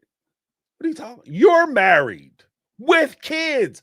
More kids than you can take care of. You got wives you can't feed. You got kids you can't clothe. And you out in church staring at people. Instead of you going to job, you might be want to hit up that part-time job that you need. Okay, you need to be driving Grubhub or something. Uber, Lyft, something. I don't know what's going on with that. So yeah. From what I understand, the marriage that they had, the sealing that they had within the church, the AUB, did take effect because technically she wasn't married to the first guy. They didn't recognize it as a marriage. And if you do have premarital sex, even though they look down on it, there are ways for them to get around that. So you aren't excommunicated because you have premarital sex. I mean, that might happen in the Amish community, but it's not going to happen with them. I think lessons. I think as far as like from what I understand, because I know Notes to Self Word talking about it. I think that Cody, if it would have came out that he had premarital sex in college, he would have had to take classes to make himself right in the church. It would have been frowned on. Technically. I mean, again, a lot of this stuff is in practice. Like what? Yeah, I'm sure I'd be willing to bet, dime to donuts, that even dollars to donuts, that at the end of the day, it's who you are, who you're related to, what position you or somebody you're related to has in the church depends on how much you suffer and how much, how down they look upon this. If you're one of them guys and you just kind of doing your thing, and your dad is the prophet, and you his favorite son, and he's looking at you to take over the church, you could probably get away with doing a whole bunch of dirt. That would be my guess. You just can't let people find out about it. You got to do it old school way. Do what you want, just nobody can know. But thank you so much, Megatron 719. I appreciate you. I missed it, and thank you to the person who pulled my coattail on that. And I agree with that. The more these people are wild, the more you know about them. Like, the more you hear about them, like, this shit don't sound right. This is not healthy. They try to say, like, we're just like you. No, you're not. I would never. But thank you so much.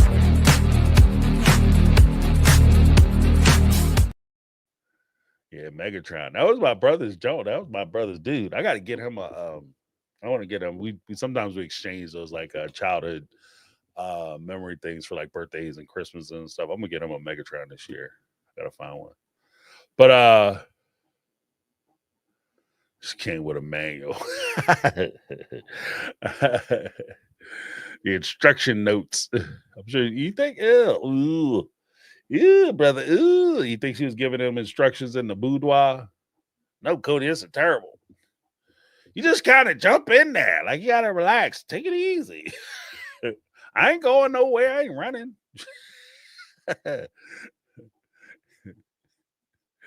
Oh, man. Ain't no time limit like you used to, you know. You ain't playing by the minute. That's how I do it when I get my massages. On that note, all right, guys, thank you so much for hanging out. I appreciate you. I'm gonna get off here before I take it too far because I feel it coming. Need to get some sleep, and I'm gonna wind up telling the truth on something. Getting too real, be too real for TV, too hot for TV. But yeah, just so you guys don't know, in case you missed it, I will be doing reaction videos.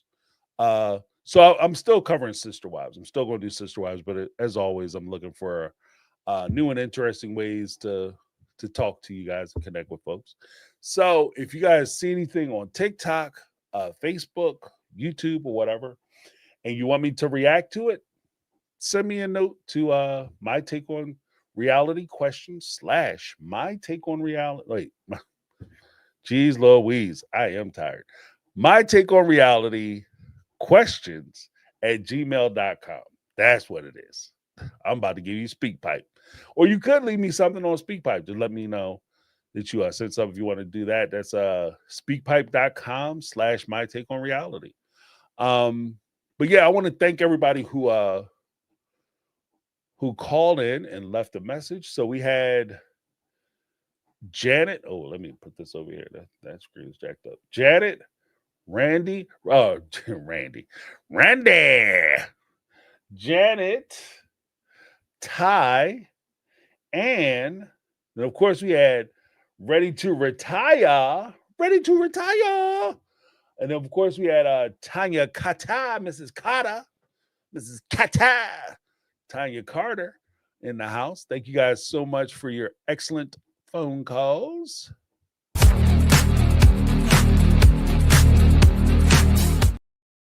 All right. And we also have the most wonderful, stupendous, and best in the business mega mods up in the house. We got Brittany, not Brittany, Lizzie B, OG, triple OG, Caramel Cuties up in this piece. Let me give y'all a little something.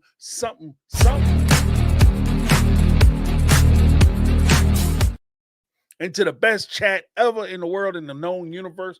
Thank you guys so much for keeping it cool, funny, and entertaining in the chat, being good to one another. I appreciate you. Let me give you a little something.